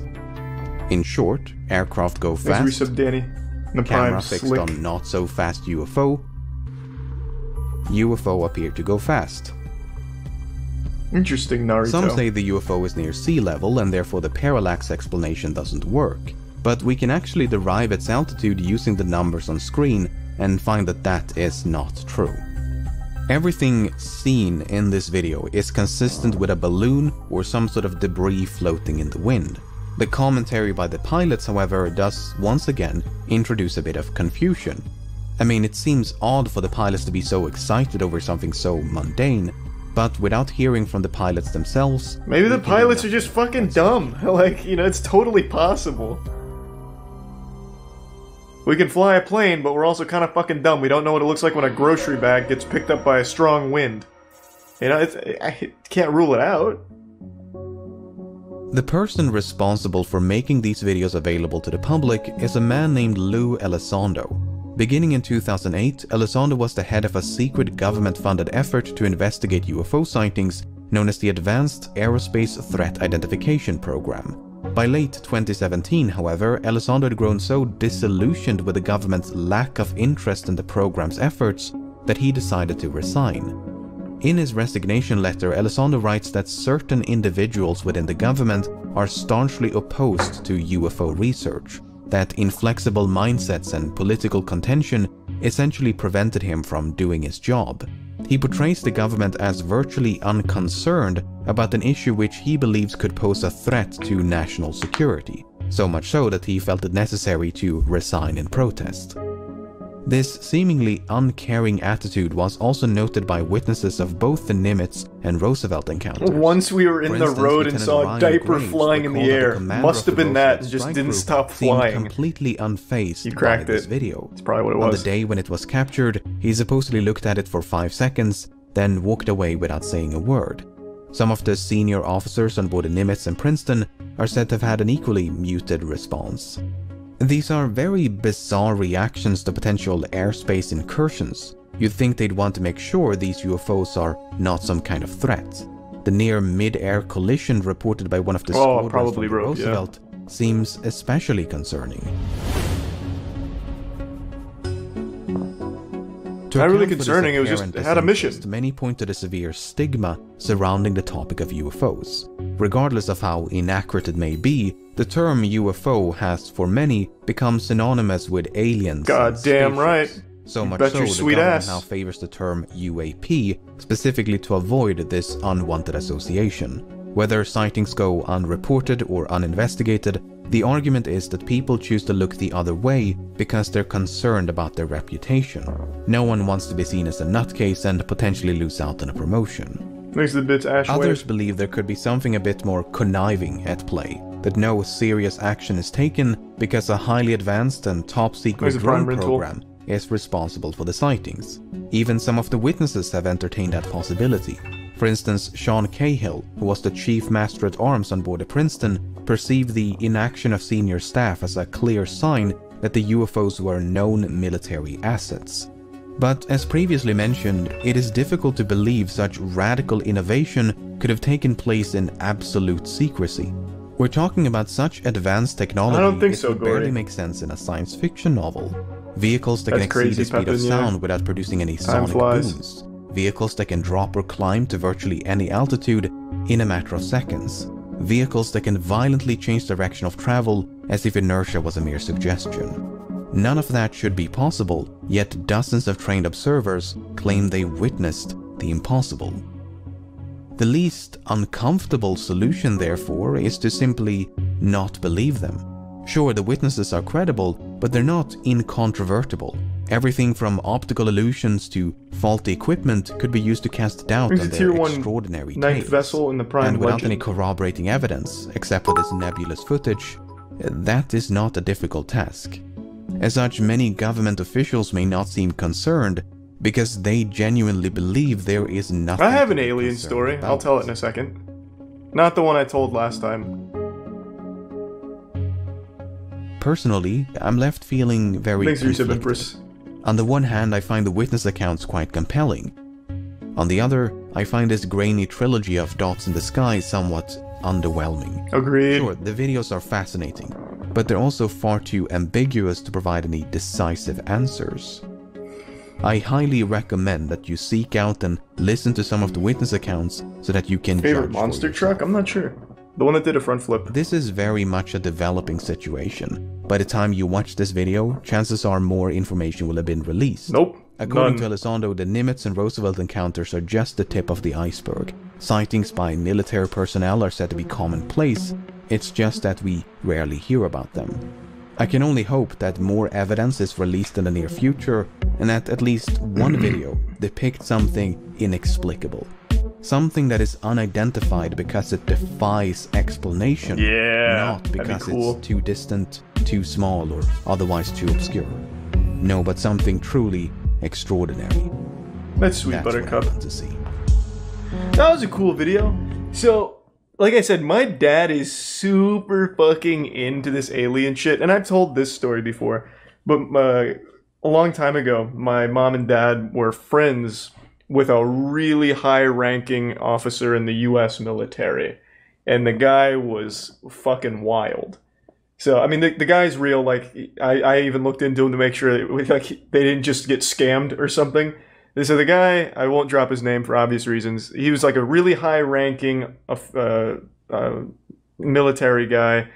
It's hard to, like, explain the story without, like, fucking giving away the guy's info. He was like the head of a very big air base, and when he retired, dude got kind of big into the alcohol, and he would give away like a lot of shit that he probably shouldn't to my parents, some of it like standard war shit, but then like my dad, being as curious as he was about aliens, would always bring up like UFO shit and alien shit, and I don't know if he was just fucking with my dad, but he would always like go down that path.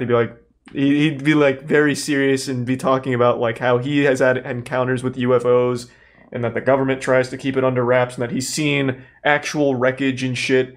So ever since that, my dad has been super fucking adamant that they are real and that the government keeps them under wraps. I think that the family friend was just fucking with him, but it is something interesting to think about.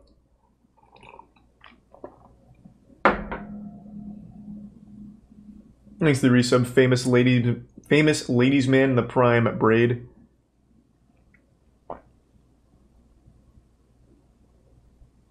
If he wants to talk about it, I'd fucking love to interview him about it.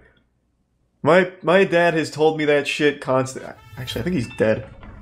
Is my dad still awake? Let me ask if the guy died. He retired because it was like he suffered some kind of injury or some shit. I'm texting my dad real quick.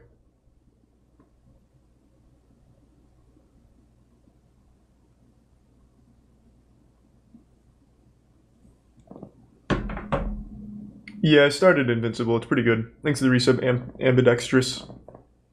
Aliens got him. Nah, he suffered some kind of injury at one of the bases or some shit. I don't remember. It's been a while since I've heard the story, like the full story. Thanks to Tier 1 Viking and the resub Rubhub. And the resub Perpetual Retrograde Jackie and the Prime Play Stuff. Alright, cool. Hold on, he's still awake. I'm gonna call him real quick. I'll be right back. Give me 1 second. Thanks to resub Godslayer. Yeah, the guy I was talking about passed away. Would have been really cool to fucking ask him about it, though. Thanks to the resub Phoenix. Just let me know. I haven't seen LEMMiNO's video on it. I just meant I remember the event.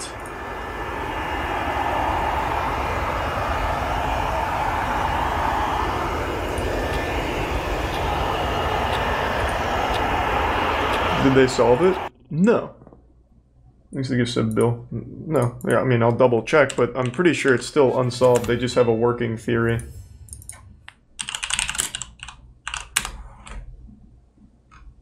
Yeah, no, it's still not solved. It's just working theories.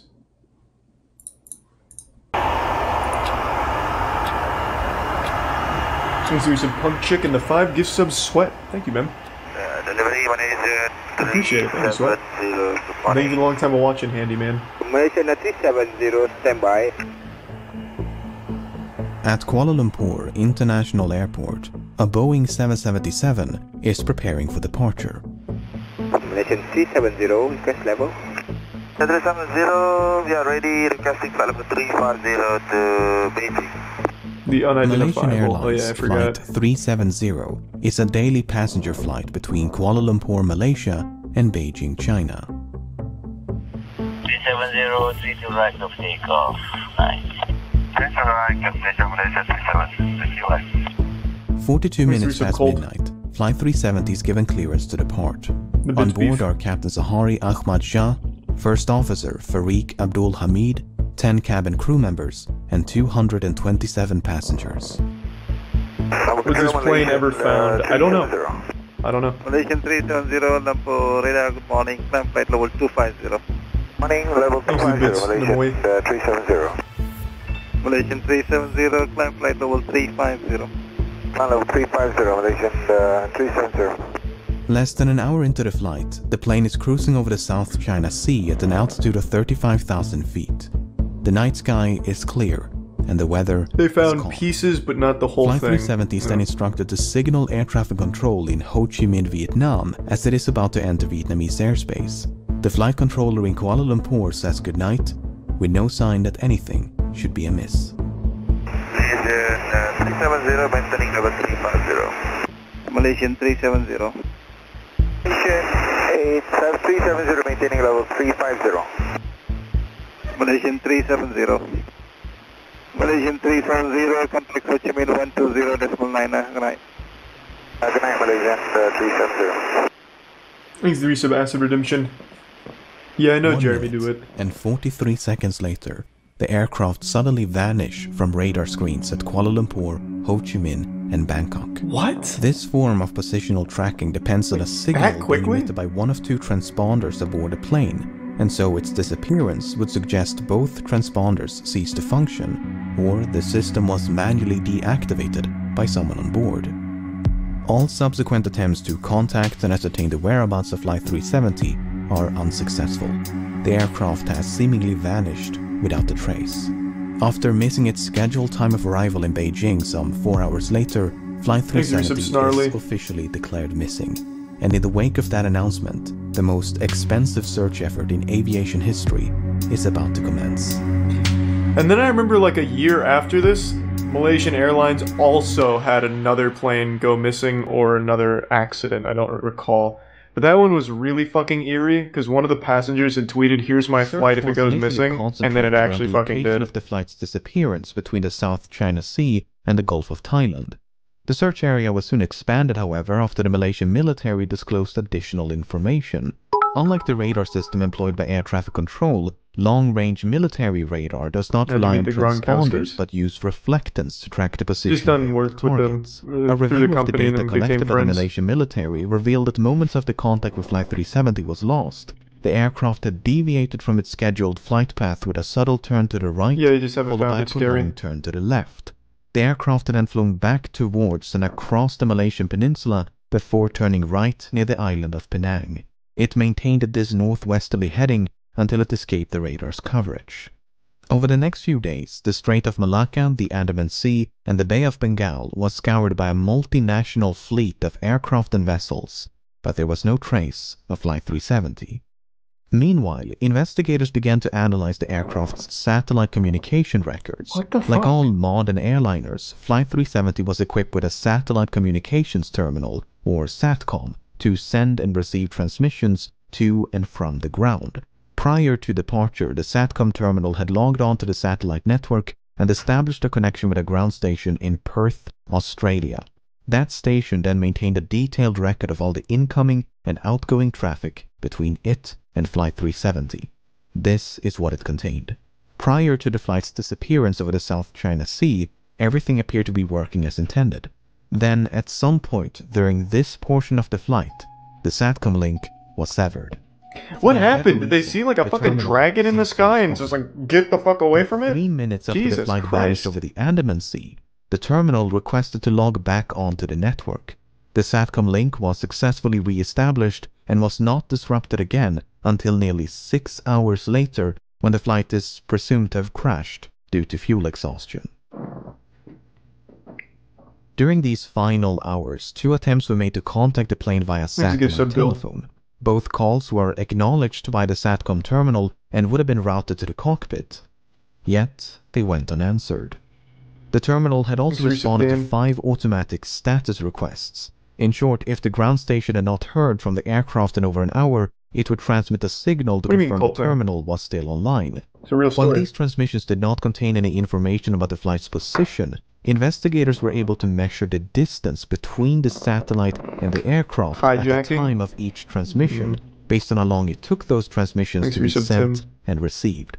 This generated 7 rings of possible locations from which 7 of these transmissions are thought to have originated. By taking fuel consumption, speed, and other factors into account, flight path analysis indicated the most probable origin of the final transmission to be somewhere along this arc in the southern Indian Ocean. The search effort shifted accordingly, and as the region fell within the jurisdiction of Australia, the Australian government took charge of the operation. Over the next few weeks, the search area was progressively hijack and not make any demands. Drift as well as improved estimations of the flight path. But this part of the southern Indian Ocean is so remote it took 6 days just to get there. A new fleet of aircraft and vessels gradually covered more than 4.5 million square kilometers of ocean, but Flight 370 was nowhere to be found.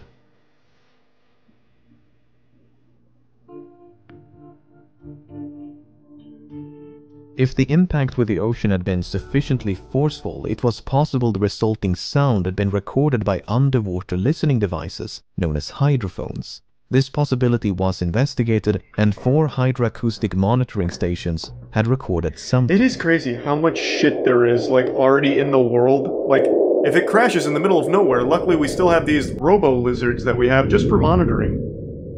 Might be picked up by one of those. While the timing and direction of the sound were reasonably consistent with the final satellite transmission, the estimated origin was not. The sound was in all likelihood caused by nothing more than geological activity. Flight 370 was also equipped with 2 underwater locator beacons which had a battery life of some 40 days. And as the deadline approached in early April, signals with a pulse and frequency somewhat similar to the signal emitted by the beacons were detected at depths of up to 3,000 meters. An autonomous submersible then spent weeks scanning the seafloor where the signals had been detected, but no wreckage was ever found.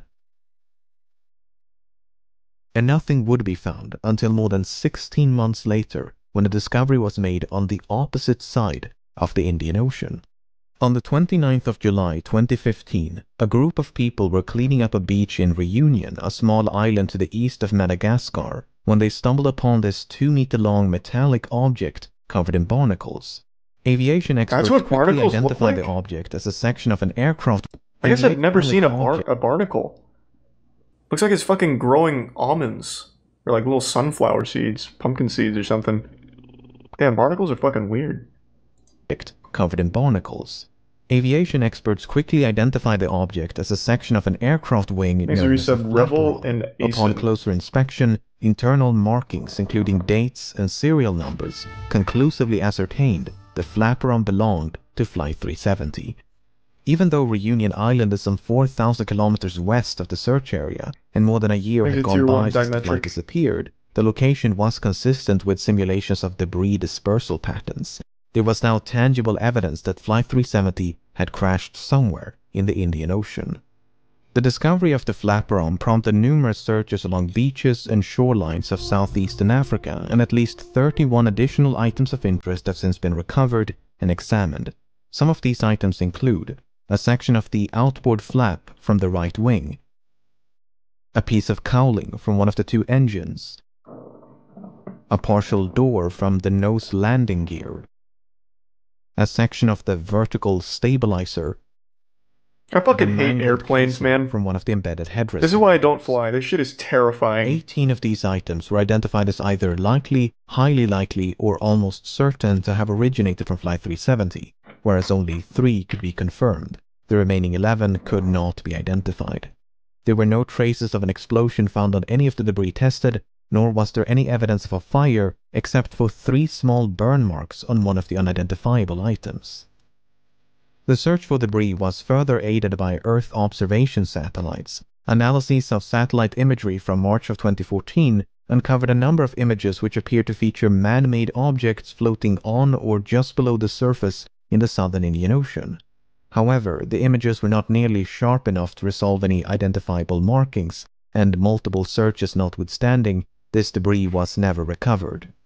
A satellite image taken mere hours after the final transmission also captured what appeared to be a contrail some distance away from the search area. A later analysis, however, concluded that it was most likely a shadow from a somewhat linear cloud formation.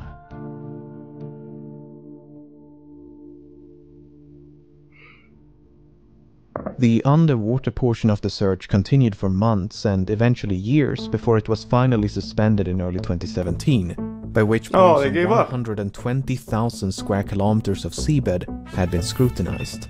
The search effort was then resumed by an American salvage company known as Ocean Infinity, but after more than a year of searching, how would they have done that, Ryan?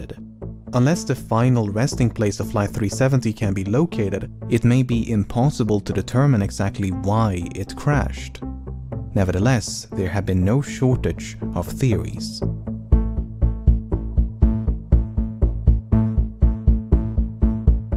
On the day of the disappearance, 2 of the passengers raised suspicion as they had boarded the flight with stolen passports, which immediately prompted concerns of a hijacking. But investigators were unable to link the 2 men to any terrorist organizations, and soon determined they had traveled under false identities because they were seeking asylum, not due to any nefarious intent. Yeah, like hijacking wouldn't make any sense. They didn't make any demands. Passengers were identified as a flight engineer, who might have possessed the necessary expertise to take control of a Boeing 777. Apart from the 239 persons on board, Flight 370 carried nearly 11 metric tons of cargo.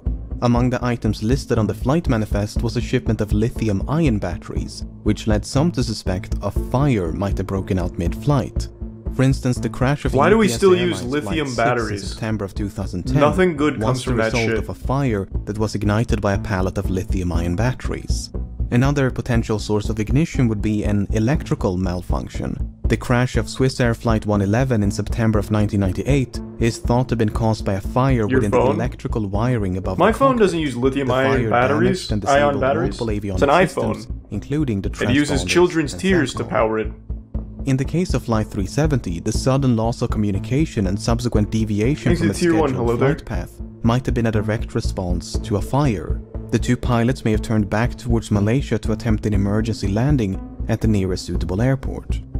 But no such attempt was ever made. Instead, Flight 370 kept going and remained aloft for another 6 hours.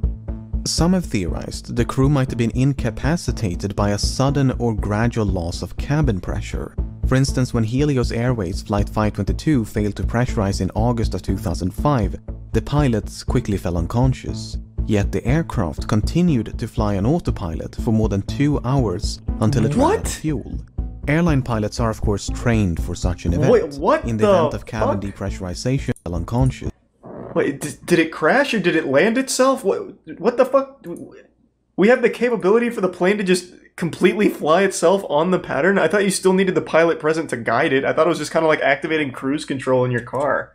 Hold on a second. Did it crash or did it like just have a successful landing all autonomously?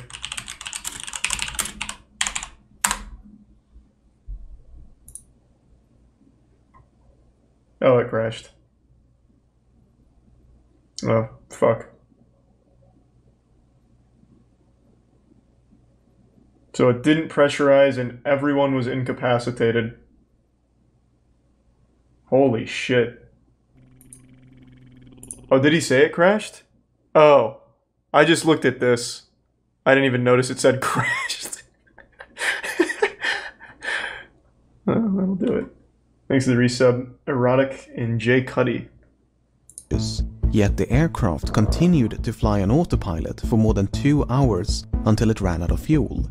Airline pilots are of course trained for such an event. In the event of cabin depressurization, an automatic system is designed to deploy oxygen masks to give the pilots enough time to perform an emergency descent to a more breathable altitude.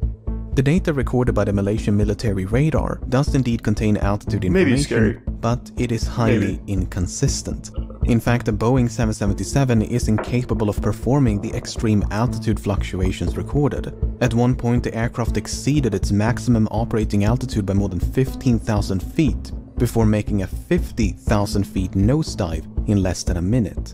Attempts to recreate these maneuvers on a flight simulator were unsuccessful, and thus the data was deemed inaccurate and unreliable. If Flight 370 did lose cabin pressure at 35,000 feet, and the pilots were incapacitated before descending to a more oxygenated altitude, it might explain why the aircraft remained aloft for as long as it did. What is a bit more difficult to explain, however, are these alterations in heading.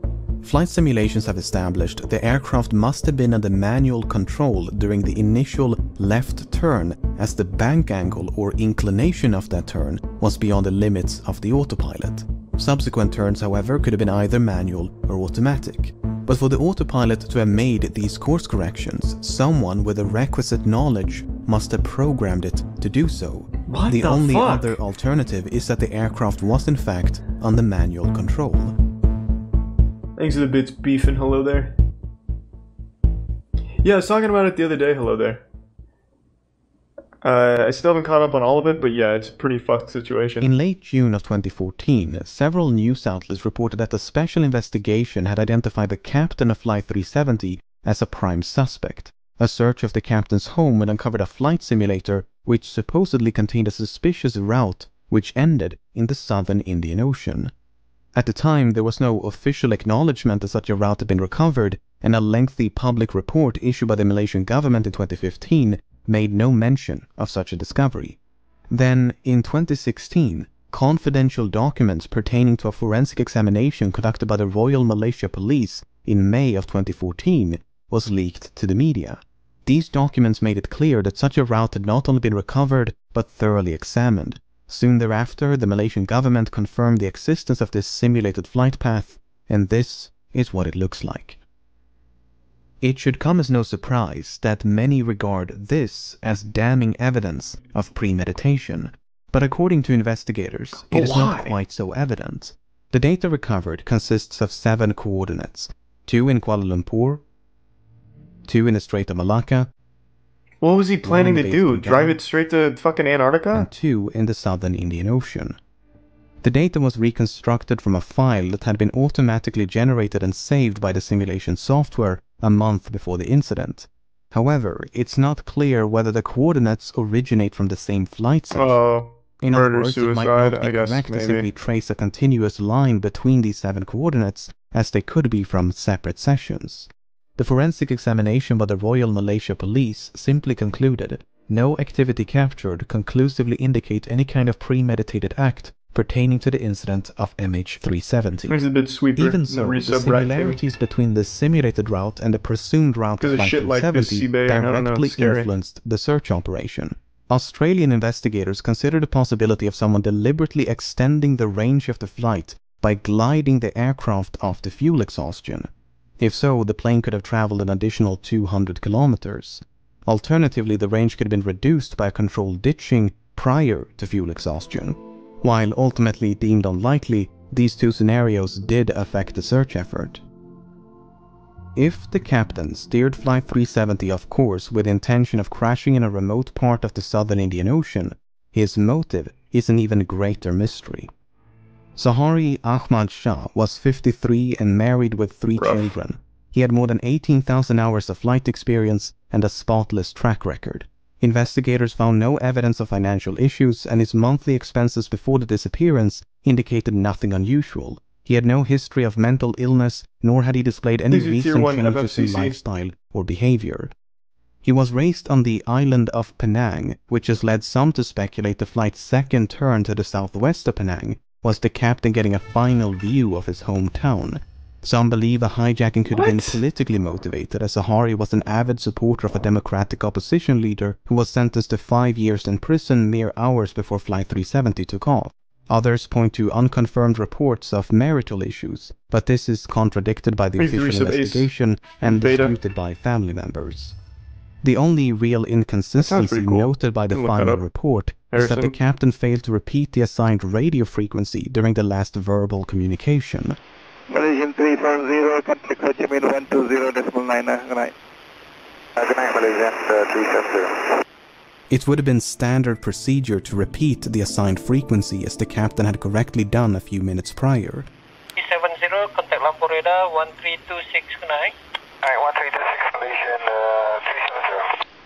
Whether this omission is indicative of anything but a mistake is anyone's best guess. Yeah, I don't think that means By all accounts, Captain Zaharie was an affable and well-respected pilot who was passionate about aviation, as evident by the photos and videos he shared on social media. Hi everyone, this is a YouTube video that I made.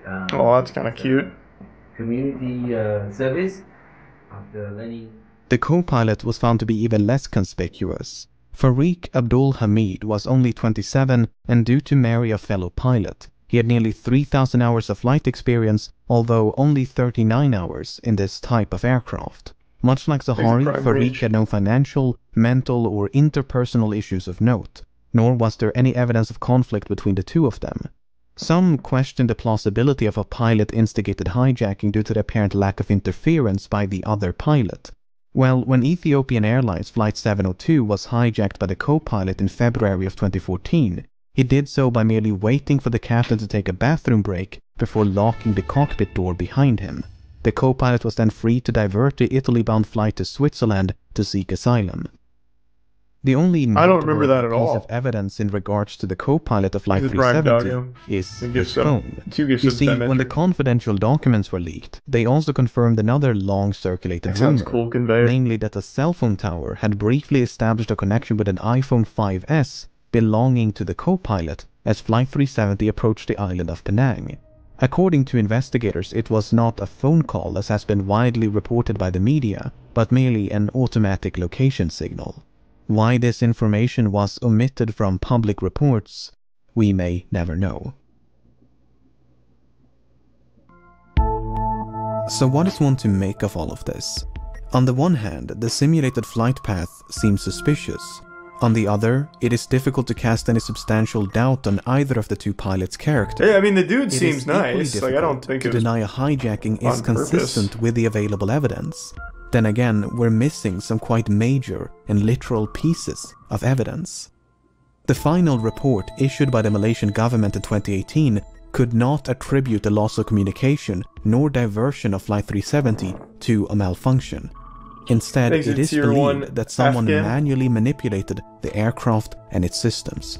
For instance, investigators believe SATCOM was manually disabled by a sudden and prolonged interruption of power. Then, once power was restored, the terminal simply rebooted. Likewise, the alterations in heading are believed to be the result of manual inputs. With that being said, the uncertainty of these findings are repeatedly emphasized due to the limited evidence available, and the report does never explicitly state the flight was hijacked. In fact, no real conclusion is reached.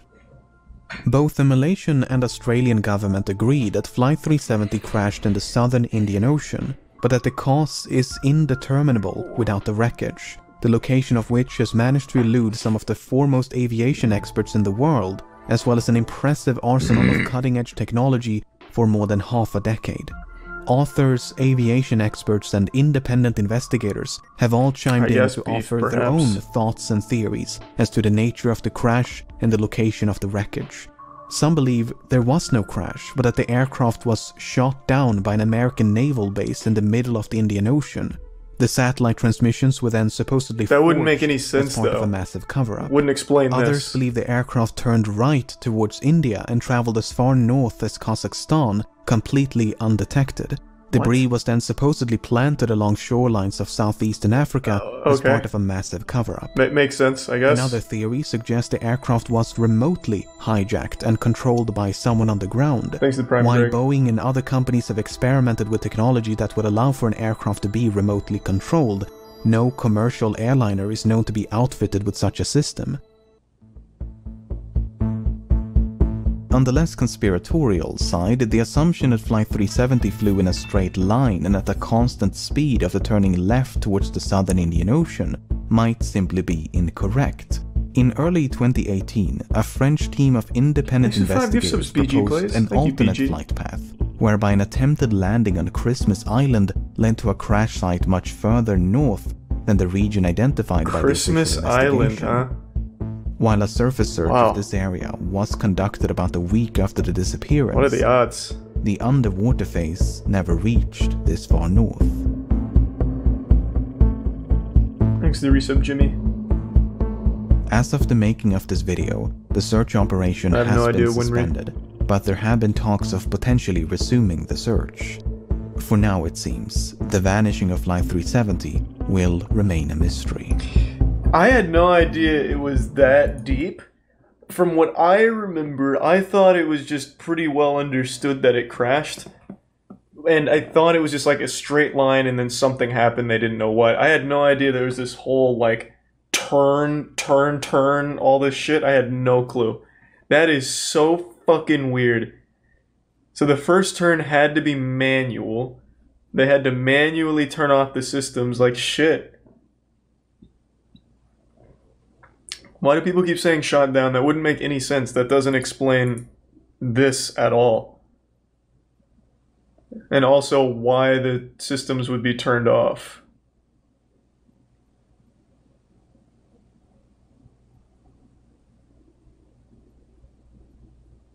It was shot down by 5G towers. Yeah, maybe that makes more sense. Thanks for the gift sub, Skittle, and the resub, Jimmy. What an interesting fucking mystery, man. Yeah, I fucking hate planes. If even one plane malfunctions and crashes, I'm never going on one. It's fucking horrifying. I wish we could just have some sci-fi shit, or it's just a giant portal that rips through space-time continuum, so that way you don't have to be, like, reatomized. You just... Like in Jumper, you know? Or not Jumper. Doctor Strange. You just open this giant thing and you see the other side and you just step right through. Simple and easy. Ah, fuck it. XQC watched it, I'll watch it. I actually really like the DB Cooper story. And I haven't seen this one yet.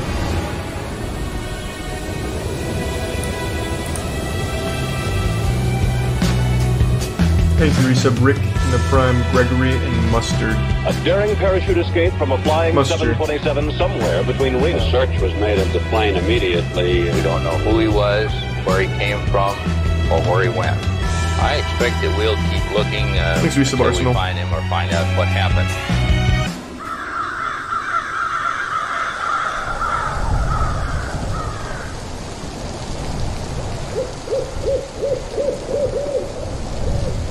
I love the idea that a YouTuber, like, actually solves one of these things. I'm assuming he doesn't, right? But maybe he does, I don't know. In the afternoon of November the 24th, 1971, a middle-aged man carrying a briefcase walked into Portland International Airport and purchased a one-way ticket to Seattle, Washington. Different place, Hyper. The man identified himself as Dan Cooper, and along with 36 other passengers and a crew of 6, he soon boarded Northwest Airlines Flight 305. Once aboard, Cooper made himself comfortable in the middle of the last row of seats on the right side of the cabin. He ordered a drink and had a smoke, because this was the 70s. Once the flight was cleared for departure, Cooper turned around and handed an envelope to flight attendant Florence Schaffner. Inside the envelope was a note featuring a handwritten message stating he had a bomb. Schaffner reluctantly sat down beside him and glimpsed what appeared to be this story's so fucking wild inside his briefcase. Cooper's demands were quite simple. He wanted $200,000 in cash and 4 parachutes. He also demanded a fuel truck to stand ready to refuel the aircraft once they landed in Seattle. Should they fail to comply with his demands, he threatened to, quote, do the job. Once the flight was airborne, Schaffner went to inform the cockpit crew while this was in like the 60s, so 200K back then was nuts. By using a telephone in the rear of the cabin, Mucklow acted as an intermediary between Cooper and the rest of the flight crew. They're 70s, whatever, still a ton. For the next hour and a half, Flight 305 maintained a holding pattern near Seattle, while local and federal authorities scrambled to procure the ransom as well as the 4 parachutes. 10,000 $20 bills were collected from a local bank, while the owner of a nearby skydiving school supplied the chutes. At 5:45 p.m., more than 2 hours past its scheduled arrival, Flight 305 finally touched down in Seattle. By this point, it was well after sunset, and the aircraft was brought to a remote section of the tarmac. Once the flight came to a stop, both the ransom and the parachutes were handed over to Mucklow, who then brought them back aboard. In exchange, how many people Cooper were on board the plane? 2 of the flight attendants, as well as all the passengers, to disembark, many of whom had not yet realized the flight had been hijacked. 36, with the ransom 60? paid and only 4 crew members remaining on board, Cooper told Mucklow to inform the captain that he wanted to fly to Mexico City. They were to fly with the landing gear down, the flaps at 15 degrees and below 10,000 feet. The lights in the cabin were to be switched off, and the aft stairway, which opens from the underbelly of the fuselage, was to remain extended. 2 of Cooper's demands could not be satisfied.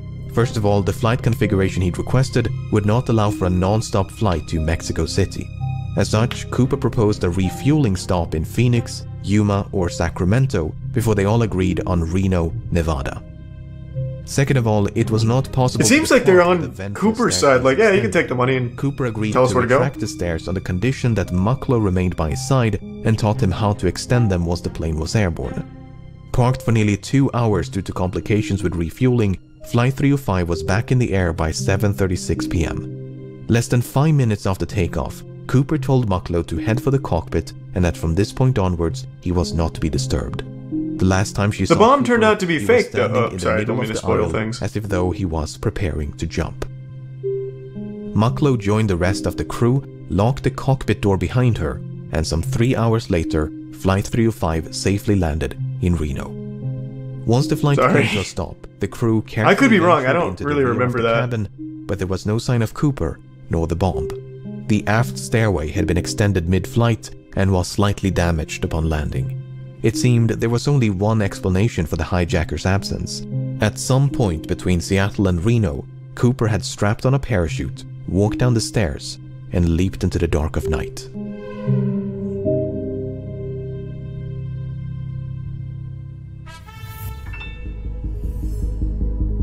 Thanks, resub Bygone. I'm not sure, Bear. As soon as it became clear that Cooper was no longer on board, dozens of FBI agents converged upon the aircraft, only to discover a disappointing amount of physical evidence. A black clip-on tie, 8 cigarette butts, and 2 of the 4 parachutes were all that Cooper left behind. Evidently, he'd brought the ransom and briefcase along with him.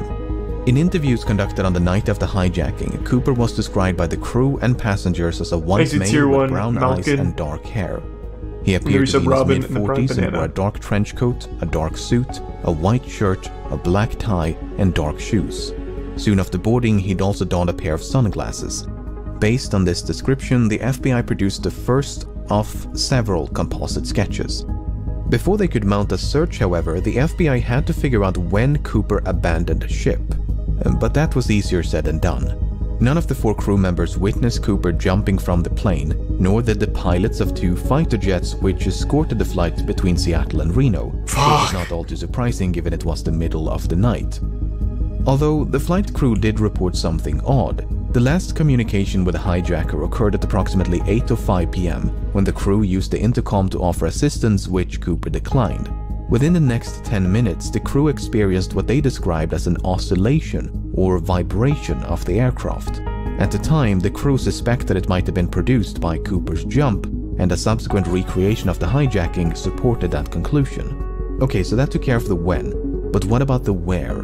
While Cooper was very explicit about the flight's configuration and destination, he never specified any kind of route. In fact, Cooper grew so impatient with the slow refueling in Seattle that he dismissed the captain's request to file a flight plan and simply told him to, quote, get the show on the road.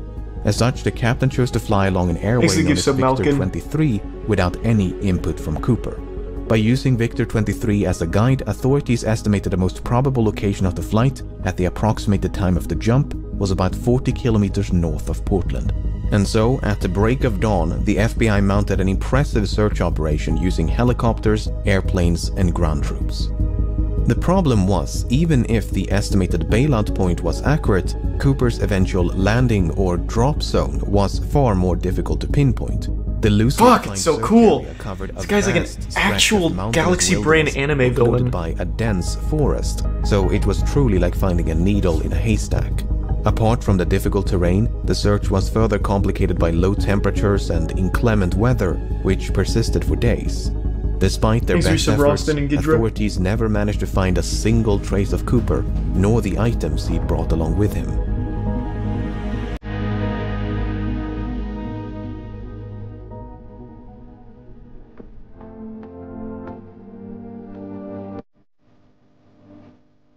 Having made little to no progress by early December, the FBI turned their attention to the $200,000 ransom. The money had been collected from the Seattle First National Bank, which contained a ransom package of $200,000 just for such an occasion. Because of this, the serial numbers of the $10,020 banknotes given to Cooper had been documented in advance, a complete list of which were quickly made available to financial institutions, government agencies, and the general public. The intention was to make it as difficult as possible for Cooper to spend his money. Northwest Airlines and several newspapers even began to offer rewards to anyone who could find a note with a matching serial number. In spite of these efforts, no one ever did. That is until nearly a decade later. In early 1980, a young boy named Brian Ingram was building a campfire on a small beach in southern Washington. As he was digging into the sand, Ingram discovered 3 bundles of cash totaling $5,880. Having heard about the infamous skyjacking, Ingram's parents brought the severely degraded bundles to the FBI. The notes were promptly inspected, and sure enough, the serial numbers matched those of the ransom. Fuck! Big fine, Brian. Imagine being like an 8-year-old, fucking drinking milk, shitting in your diapers, and finding that. Than it answered. The most significant of which was how? How did the money end up so far away from the drop zone? Looking at this map, it might be tempting to think that Cooper simply dropped some of the money, which then fell into the Lewis River. The bundles could then have been carried further downstream by the Columbia River before finally being washed ashore at Tina Bar, which is the name of the beach. Tina Mucklow, Tina Bar. Coincidence? Yeah, coincidence. Anyway, the problem with this idea is that the Columbia River flows in the opposite direction. This has led some, including members of the FBI, to re-evaluate the initial drop zone assessment. For instance, if the drop zone was much further southeast, close to a river called the Washougal River, it is conceivable, albeit improbable, that the money floated all the way down to Tina Bar. Alternatively, the bundles may have simply landed on the beach if the flight path was further to the west. Even so, natural explanations struggle to explain how 3 independent, potentially free-falling and/or free-floating bundles of cash ended up at the exact same place on the same beach. To complicate matters, sediment from the riverbed was excavated and dumped onto Tina Bar as part of a dredging operation in 1974. And according to one analysis, the money was discovered above this layer of sediment. If true, that would mean the money came to rest at Tina Bar sometime after 1974. What the fuck? But a re-examination of that analysis found that what was believed to be a layer of deposited sediment might actually have been a perfectly natural layer of clay. Not only that, but the sediment was clearly dumped some distance away from where the money was discovered. Furthermore, when Ingram discovered the bundles, the rubber bands which held them together were still intact. This is significant because experiments conducted in 2009 revealed that this brand of rubber bands could not withstand exposure to open air or water for more than a year. So, unless the bundles were somehow protected from the elements, they must have become buried at Tina Bar within a year of the hijacking. This is so fucking complicated. Seems to be that Cooper or someone else deliberately buried the money. Did Cooper survive and bury the money himself? Did someone else bury the money after stumbling upon Cooper's remains? If you're in the chat, DB Cooper, just let me know, man. This is crazy. Human intervention, I want to hear more about it. It's managed to elude investigators for decades. Suffice it to say, I didn't know any of this part. Within a mystery. Since Ingram's discovery in 1980, both Tina Bar and the grounds around the Washougal River have been subjected to numerous searches. I have not seen that, nobly. But to date, there's been no sign of Cooper, nor the rest of the money. You know, if Cooper was as smart as we think he is, he would have done all of this while having a full beard, and then when he jumped, he would have shaved the beard off. Just to add another layer of good ideas to it. Cooper did not survive his daring escape. It would not make for a very thrilling conclusion to this story, but that's the thing about stories. They're usually far more exciting than reality. While there is no hard evidence for nor against Cooper's survival, the assumption that he fell to his death is not without merit. When Cooper leaped into the darkness, Flight 305 was plowing through a frigid rainstorm at roughly 170 knots. Oh no! Oh no! The wind was so violent that it ripped out a placard from the aft stairway. Oh Jesus Christ! He just fucking got blasted! Almost directly below the estimated flight path. To say that Cooper was not dressed for the occasion would be an understatement. The ground beneath him, meanwhile, was obscured by multiple layers of clouds, which likely means that Cooper jumped without knowing his precise location. Even if he could see the ground and had a specific drop zone in mind, the parachute he selected was non-steerable, meaning he would not have been able to steer his descent towards a specific landing spot, thus precluding any potential coordination with an accomplice. So many problems. On the ground. He also forgot to account for the dragons that hover over Portland, Oregon. His actual competence level is up for debate. And also, on that night, there was a javelin tossing competition. 2 pairs of parachutes, 2 primary and 2 reserve, to make the authorities believe that he intended to take a hostage. That is precisely what happened, as the FBI contemplated, but eventually decided against sabotaging the chutes, as they did not want to risk the life of an innocent civilian. But in their haste to obtain them, they unintentionally provided Cooper with a non-functional dummy chute intended for training purposes. This mishap seems to have gone unnoticed by Cooper because that dummy chute was one of the 2 missing from the plane. Not only that, but Cooper chose the older and technically inferior parachute out of the 2 primary chutes provided. Nice. So in both cases, it seems like Cooper made the worst possible choice. But there are other ways to interpret this information. For instance, it's possible that Cooper used the dummy chute not as a reserve, but as a means to secure the bag of money. In fact, that is precisely what Cooper tried to do with the functional reserve chute. First, he tried to place the money in the chute's canopy before removing some of the suspension lines and wrap them around the bag. Perhaps he used the dummy chute for a similar purpose. And Cooper's decision to use the older primary chute is not necessarily an indication of inexperience. It could also be a sign of familiarity, because the chute he left behind was a civilian luxury chute, while the one he used was a military chute. The argument is that Cooper might have been trained as, say, a paratrooper, and chose the older military chute because that's the one with which he was most familiar. I'm starting to doubt it. I don't think so. Suspect that Cooper had a military You could have given him a giant pair of pants and he probably would have jumped off holding them. Cooper mentioned that the I think he's dumb as fuck now. was only 20 minutes away from the Seattle-Tacoma airport. At the time, that was an accurate assessment and might suggest a military background. Apart from the potential military connections, Cooper may even have had links to the Central Intelligence Agency. I doubt it. You see, the type of aircraft which he was probably like a Redditor before Reddit existed. 727 was also used by the CIA to covertly drop agents and supplies during the Vietnam War. A task for which the Boeing 727 was uniquely qualified due to its distinctive aft stairway. So it's fairly safe to assume that Cooper chose to hijack a Boeing 727 specifically because it provided a relatively safe means of escape. Whether he learned of this from the CIA or came to that conclusion independently is another question. Sugar Daddy. However, the fact that Cooper chose to hijack a flight operated by Northwest Airlines was apparently random chance.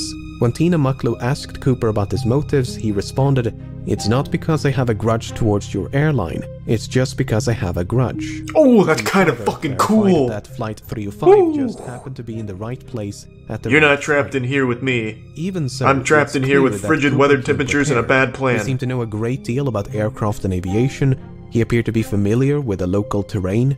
He maintained a low profile to avoid a panic. He covered his eyes with a pair of glasses to conceal his identity. He left very little evidence behind, and he demanded 4 parachutes to force the assumption that he was taking a hostage. He was even cunning enough to reclaim the note which he'd initially given to Florence Schaffner. Apart from the name he wrote on his plane ticket, there are no other samples of Cooper's handwriting. But for all his planning and cunning, it seems Cooper did not give enough thought to his eventual escape. Not the most important part. A route, but he was forced to make a last-minute destination I'll just change kill myself out here, I guess. To Reno. He could have demanded more appropriate parachuting equipment like a pair of boots, a helmet, or jumpsuit. He could even have specified the ransom to be delivered in larger denominations to make it lighter and less cumbersome to carry. Exit Tier 1, Joe. He did survive the fall and made it safely to the ground. He may then have had to make his way through a dense, partially snow-covered forest in nothing but loafers and a trench coat in late November. I get the distinct impression that Cooper's escape was much more of a leap of faith than a carefully executed jump. On the other hand, authorities never received a I love the animation he has here with it too. He looks like he's really fucking struggling falling out. This might suggest that Cooper did survive and that he swiftly and quietly resumed his normal routine. Furthermore, other hijackers have performed similar stunts, and many of them did survive even if they were quickly apprehended. Finally, the simplest explanation for how 3 bundles of cash ended up at Tina Bar is human intervention. At the end of the day, most of this is based on nothing but supposition. Without any concrete evidence of Cooper's demise, it leaves the door wide open to the far more exciting proposition that he did, in fact, survive. Nah, I've now been convinced that he's a fucking idiot. There's no chance. This man dove off in the middle of the night in the worst possible conditions. He should have. It's like he jumped into a volcano. Among them was he would have had a higher chance of surviving that. Initials DB and surname Cooper. This Cooper was quickly eliminated as a suspect, but due to a mix-up by the press, the name Dan Cooper was confused for DB Cooper, and the rest is history. While Dan Cooper is most likely a pseudonym, there is a comic book series of the same name. The comic is written in French and centers around a Canadian pilot named Dan Cooper. While the comic was not translated into English nor sold in the United States before 1971, it was available in Canada, which has a large French-speaking population. Given that American and Canadian accents can be difficult to distinguish, it's possible that Cooper, who was described as having no discernible accent, was a bilingual Canadian. This might even be supported by something that Cooper might have said. You see, when the captain relayed Cooper's demands to air traffic control, he used the phrase negotiable American currency. It seems doubtful that an American citizen would specify American currency, so perhaps Cooper was not American. The problem is, we don't know if this is a direct quote from Cooper or paraphrasing by the captain. For instance, notes taken by the crew during the hijacking merely contain the phrase negotiable currency, while testimonies provided by the crew after the hijacking include phrases like $200,000 in cash and circulated US currency. So, Cooper might have been Canadian. And I think Cooper might have been an alien. Dan Cooper At this point, it could be anything, anyone. We could all be DB Cooper. Might have taken his name from something or someone else. Nearly half a century has gone by since the hijacking took place, and in that time, thousands of suspects have been questioned and investigated.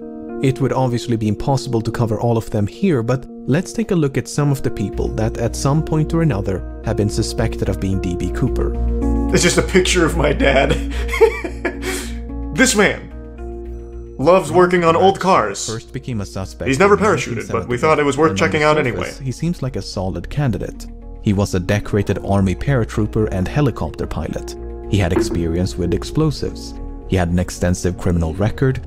He had an uncle named John Cooper who was an avid skydiver. Whoa. He was expelled from the army only months before the hijacking, which might suggest a motive. After all, the hijacker did say he had a grudge. When confronted by journalists and private investigators, Rackstraw would neither confirm nor outright deny that he was D.B. Cooper. It's him, man. He'd say things like, "I could have been," or "I would not discount myself." Actually, on the other hand, Rackstraw had light-colored eyes, which and Cooper thanks did Cooper not. again. More significantly, Rackstraw was only 28 years of age at the time of the hijacking. This is well outside the range of ages reported by the crew and passengers, most of whom believed Cooper was in his mid-40s. Kenneth Christensen first became a suspect in 2003 when his brother noticed certain parallels between him and Cooper. Christensen had briefly served as a paratrooper in World War II, and since 1953 he'd worked for Northwest Airlines as both a mechanic and a flight attendant. He was 45 years old at the time of the hijacking. He was left-handed, which Cooper might have been. For instance, Cooper used his left hand to interact with his briefcase, and the clip-on tie he left on board was affixed with a tie clasp applied from the left. Shortly before he died in 1994, Christensen had supposedly told his brother, "There is something you should know, but I cannot tell you." After his passing, his family discovered over $200,000 in his bank accounts. To top it all off, Florence Schaffner stated that photographs of Christensen bore a strong resemblance to Cooper. Why don't you check the serial numbers on that money? Did not match the physical description of Cooper. He was both shorter and lighter. While Schaffner did see a strong resemblance, she remarked that Cooper had more hair, and that is supported by the composite sketches.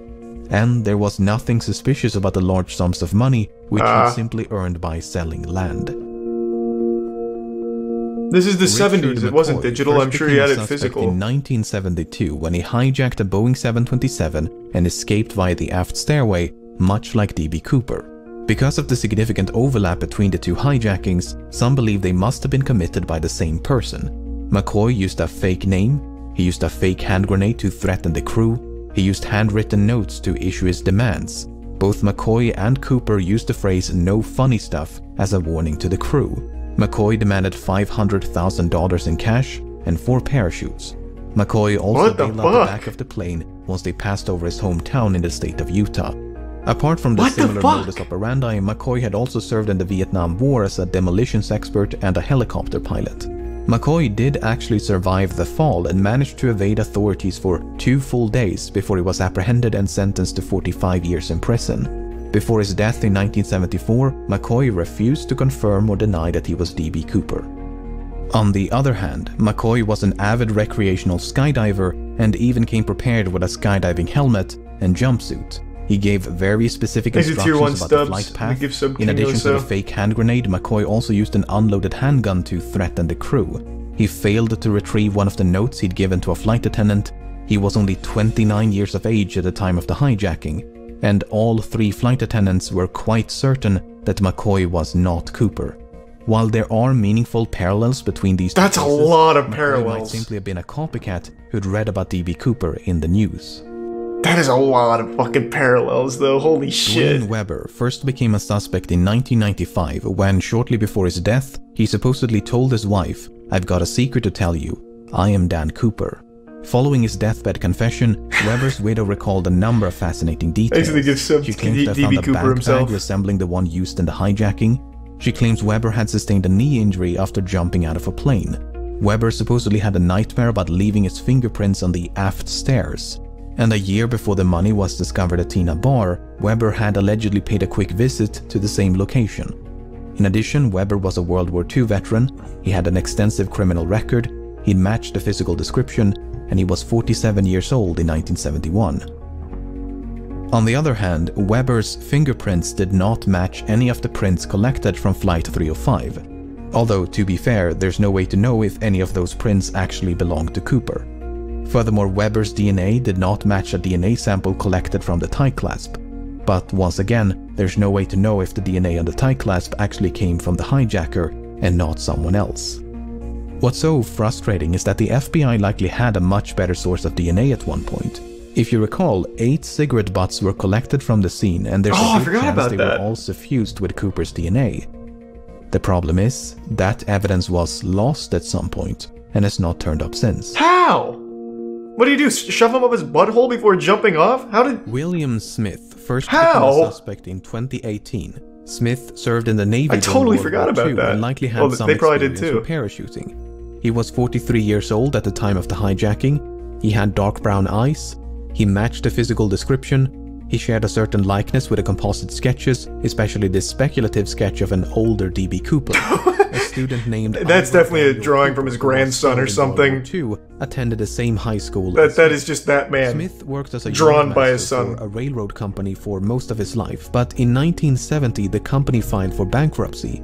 As a consequence, Smith lost his pension, which might suggest a motive. He could, for instance, have developed a grudge towards the airline industry for their role in bringing about the downfall of the rail transportation industry. It's further speculated that Smith could have used his knowledge of railroad networks to hop on a train and escape undetected. On the other hand, Smith spent his entire life in the northeastern United States. Given that the hijacking occurred on the other side of the country and was committed by someone who at least appeared to be familiar with the local terrain, Smith is not the most ideal candidate. However, the fact that Smith worked as a yardmaster is interesting. You see, the tie that Cooper left behind was recently examined using an electron microscope, which uncovered various metallic particles. Some of these particles, especially pure titanium, were quite rare in 1971. This might suggest that Cooper worked as a manager at some sort of chemical or metallurgical facility, or possibly a rail yard. I think it's him! The old man! If nothing else, I hope this limited selection of suspects illustrates just how difficult it is to be certain when you have so little evidence to work with. Yeah, that was fucking fascinating. These 5 individuals look nothing alike, yet any one of them could be D.B. Cooper. Was Cooper really in his mid-40s, or did he simply look old for his age? Did Cooper really serve in the military? Yeah, what if they all did it? There was 5 Coopers that kept switching out. In 2016, the FBI had to admit defeat and officially close down the case. Unless someone stumbles upon Cooper's remains or manages to track down the rest of the money, it seems there is little hope of resolution. Did Cooper survive? I have no idea. No, he didn't. But as long as that possibility cannot be dismissed, the legend of D.B. Cooper will no doubt persist. Thanks the Prime, Gaben. In my professional opinion, I think there's no fucking chance after hearing all of the conditions he would have had to go through to survive that he actually survived. I think what could have fucking happened is he jumped out of the plane and just got split in half and gored by just awful temperatures. He probably went through like a fucking swarm of locusts too with everything he was saying was going on at the time. I think there's no chance that man fucking tapped down on the ground. He fucking died at mid-flight.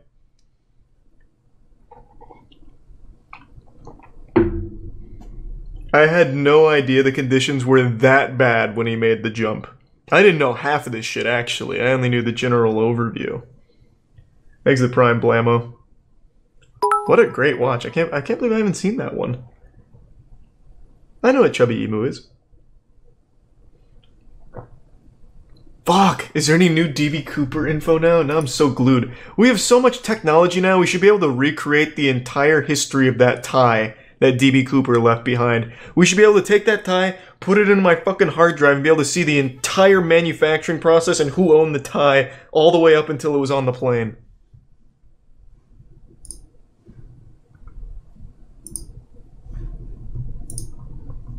Here's the Prime Nar and the Tier 1 Swebs. I don't even know what that means, James. I'm not caught up on the drama on that one. Let's see. D.B. Cooper. RP is D.B. Cooper. Yeah, that'll be my new character in GTA RP. What is the newest development here?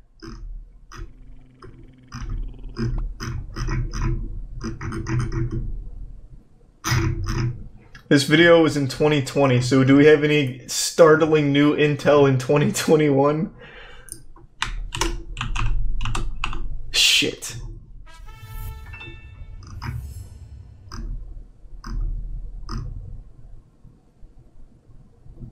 Shit. Doesn't look like it. What a fascinating story. Is there any others like that? D.B. Cooper, flight attendant Tina Mucklow as the key to mysterious skyjacking, but does her story hold? the answers. Cicada 3011's not terrible. And it's not 3011, isn't it? 3301? Yeah, it's 3301.